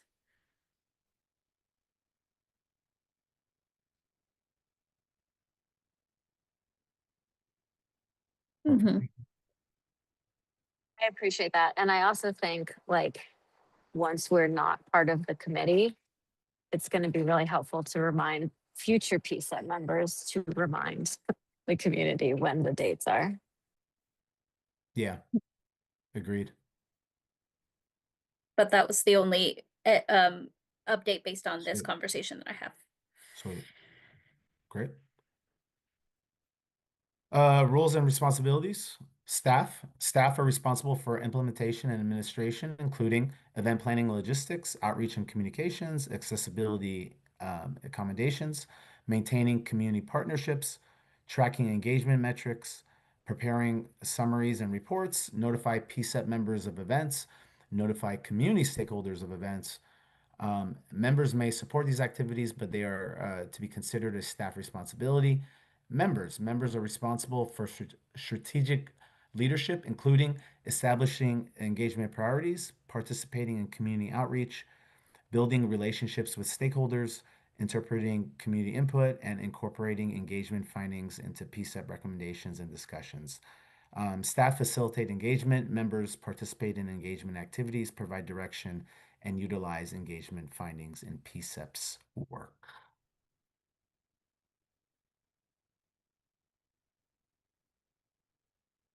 Cool.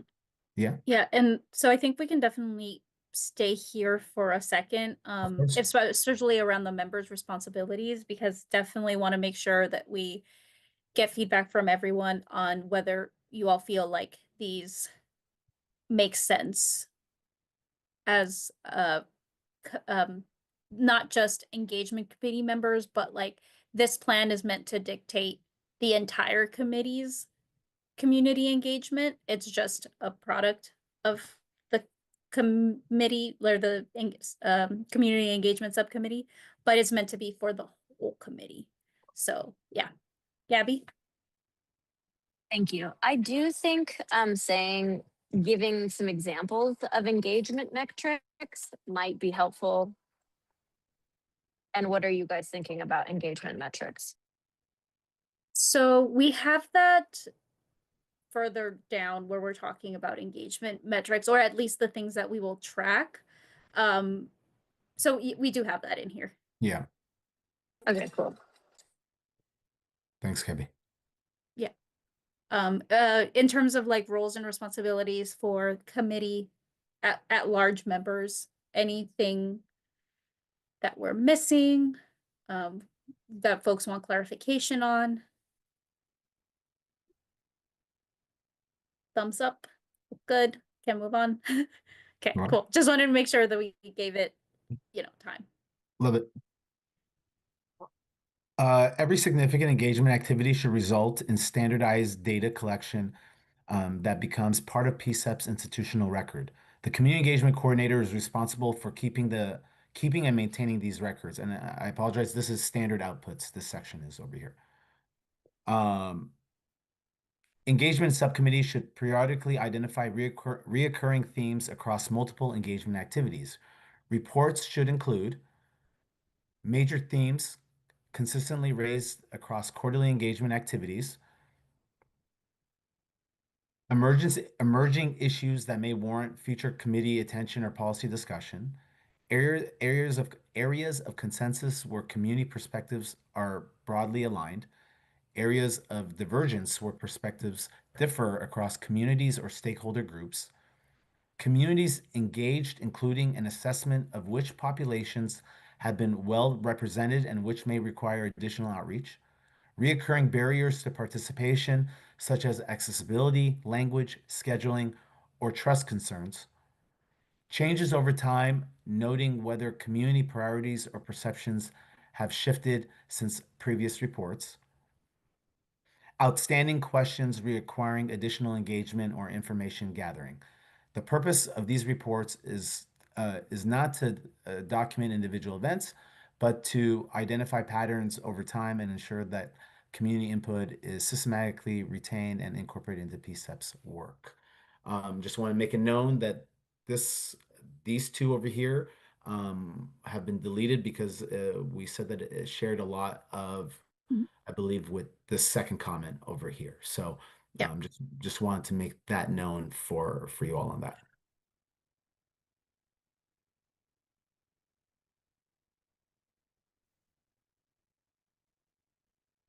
Okay, we all admitted on that one.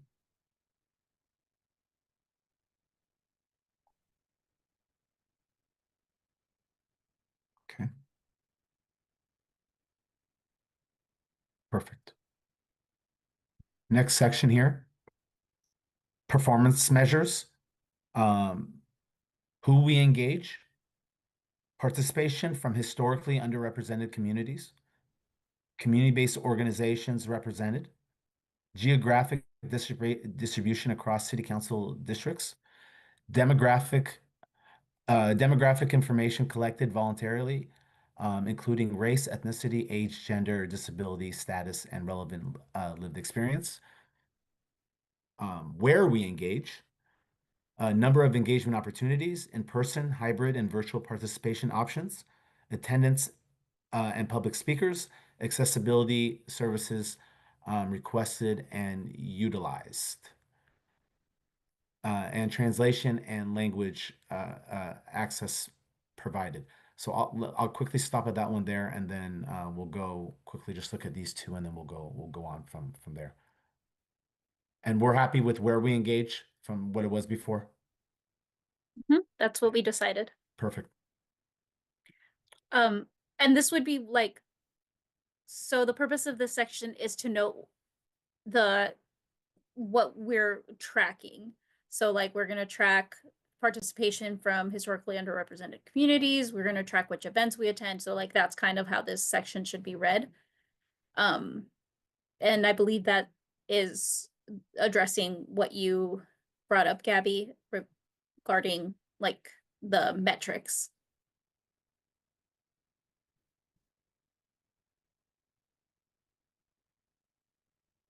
Great. Thanks for that, Leslie. Quality of engagement, obviously we said about really about how to implement here. So when feasible, PCEP should assess whether participants felt heard and respected, whether engagement was accessible and understandable, and confidence that community input influences PCEP's work. Impact. Community engagement should ultimately be evaluated by its influence on PCEP's work, including recommendations transmitted to city leadership or PPB, follow-up communication demonstrating how community input was used, progress toward identified community priorities, demonstrated examples where community feedback directly inform PCEP decision making. And this last part over here, building community trust. Trust should be measured through longer term indicators, including repeat participation from community members over time, increased attendance at engagement events, growth and participation from historically underrepresented communities, positive participation feedback regarding transparency and accountability, and increased public awareness of PCEP's role and purpose. The long-term measure of success is whether community members view PCEP as a credible and accessible avenue for influencing public safety and accountability. So this is the last part over here. Yep. So anything on that one, especially the new points over here?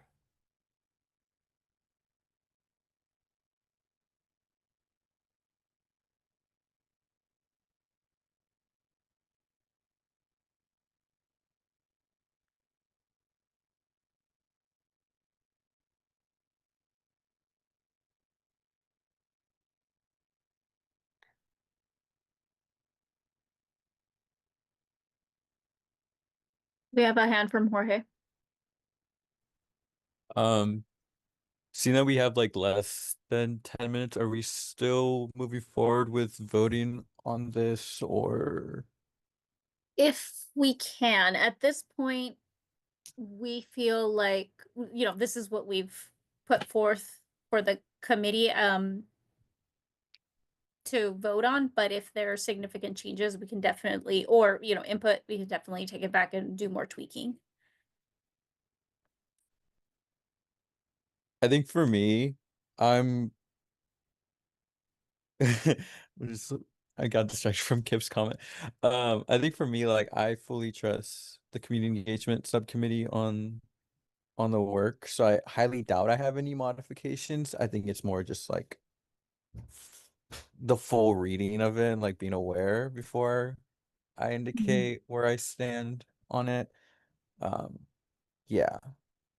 So that's why like I know we have to do like public comment and then any wrap ups.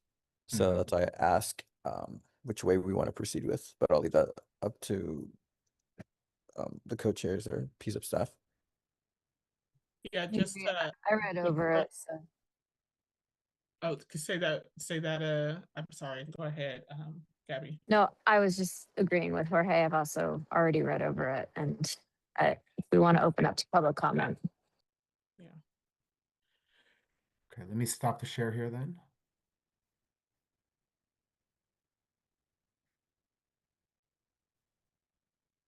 So do we want to go ahead and open for public comment at this point?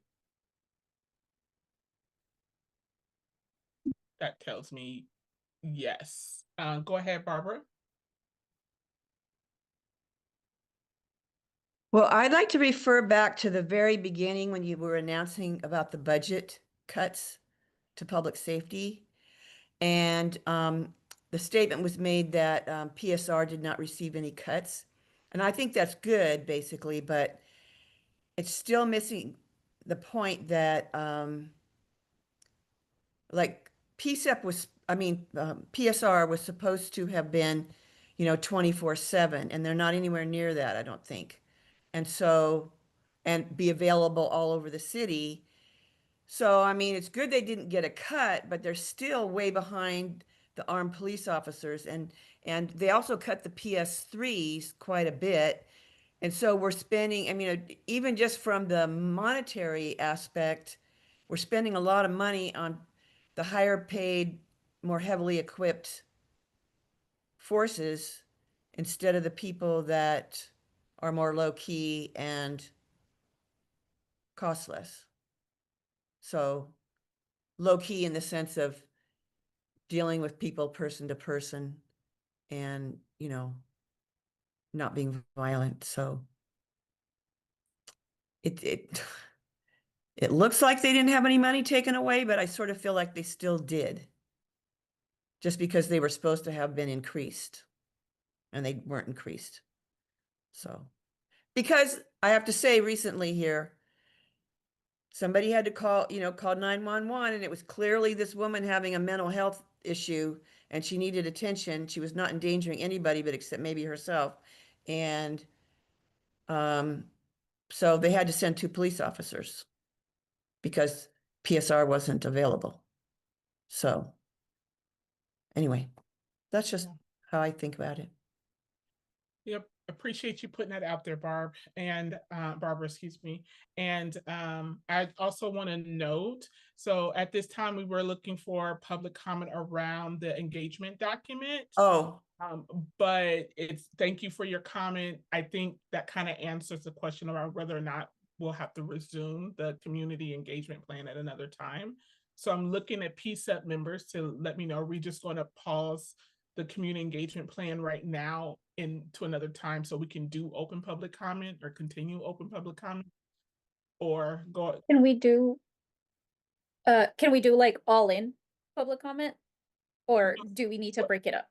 Your process is that you present the document, you edit the document, you get public comment on the document, and then you collectively vote and for the cycle of it. So that's how you all have normally done it. Gotcha.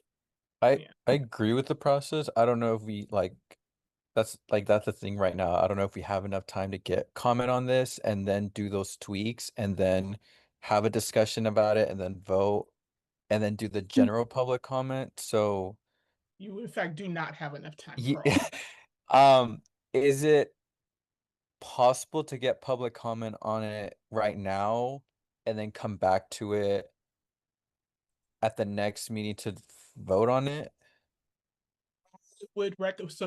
I would recommend that actually pause right now, because even when you have your public comment next time, you're going to need to review the document again in order for public to give a comprehensive comment on it, as opposed to collecting the comment now and then jumping to a vote in your next meeting.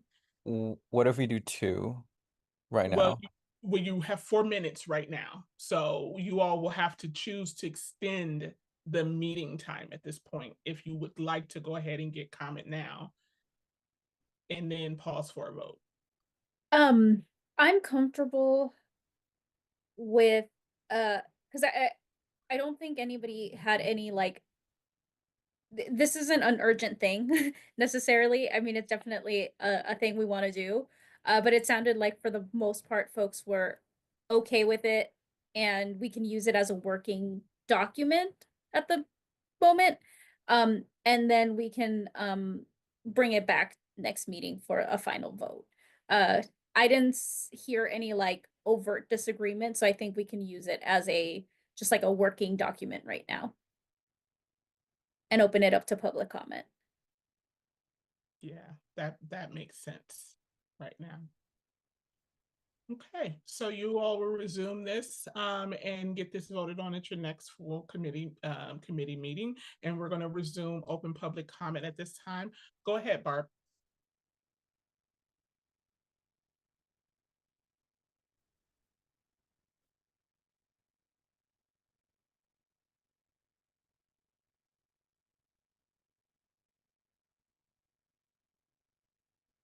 If you are speaking now, Barb, you're still on mute. We don't hear you.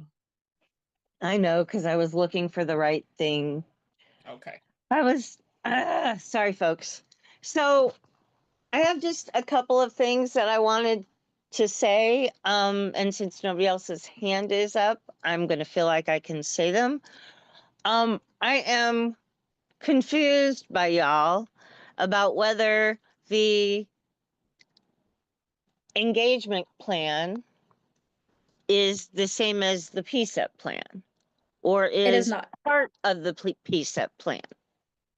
So if it is completely separate from the PCEP plan, you guys might want to do some stuff in the wording to make sure that people aren't getting confused. I want to remind you guys that with the independent attorney general or what specifically that PPB is going to be hiring, you guys can ask to have a member on the hiring committee or as part of the hiring process if you so choose. And then this is one that I haven't dug into too much, but I think kind of needs to be presented, which is for the last, almost 2 years? I don't know. The city has been in self-monitoring.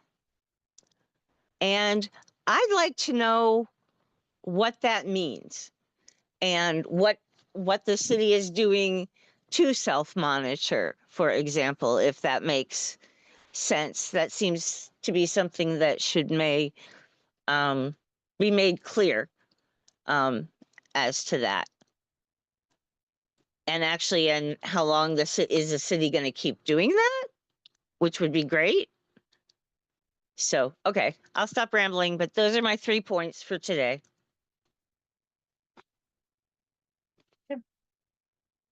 Can we add a note based on that, Iman, to make sure that that it's clear that it's not the PCEP plan? Somehow we can wordsmith it. Noted. I think Thank that also we you, can Barb. do better, like when we're like in each thing that we're talking about, to give a good intro. It sort of comes up a lot. We need to do a better intro for everything, every next subject we're getting into. It can be a little confusing for people who are just jumping in. We know that we're working on this, but the community doesn't necessarily know what we've been talking about and working on.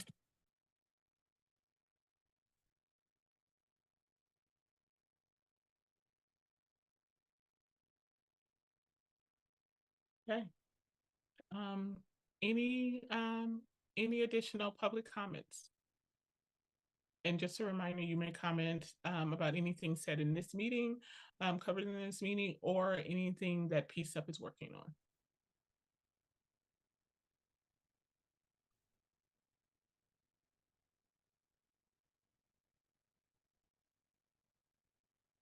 Okay. Not seeing any hands or hearing any comments coming up, I will go ahead and turn this back over to Kip. All right. Only comment I have is thank you everybody for the great input and deep thoughts and everything. I really appreciate it. Next PCEP event, Wednesday, is that correct? Wednesday, July 22nd is the next one. Policy and Reform Subcommittee meeting from 6 to 8. When's the next community engagement? So in July, we're doing the event in lieu of. Oh, okay. I thought that might be on the right. It's just not going to be on the slide. Okay. Okay. It confused me. So, yeah. And then, thank you everybody for your input tonight. And I'm gonna go ahead and add the dates for the community event, or state those dates one more time. Yeah. Yes, I think it's in the we can even go back to the slide all the way at the beginning. Yep, right after there we There go. we go. Awesome. Yep. So just for everybody's awareness, it is the day before so we got back-to-back PCEP days happening, Tuesday and Wednesday that week. But yeah. And Cool, we'll thank you. probably put it, well, not probably, we will also make a announcement on our socials about it. So this won't be the last time you're hearing about it. And tell your friends. Yes, please.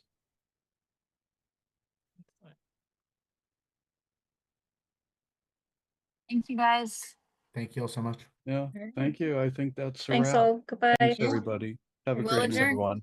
Yep, Bye, meeting everyone. Recording stopped. Thanks, Frida. Yeah, absolutely. Thanks, Sarah. Thank you all so much. Congrats, Sarah. Thank you See guys. all. Yeah. Great Yeah. meeting. Everyone Thank take you. care. Nice to see you tonight.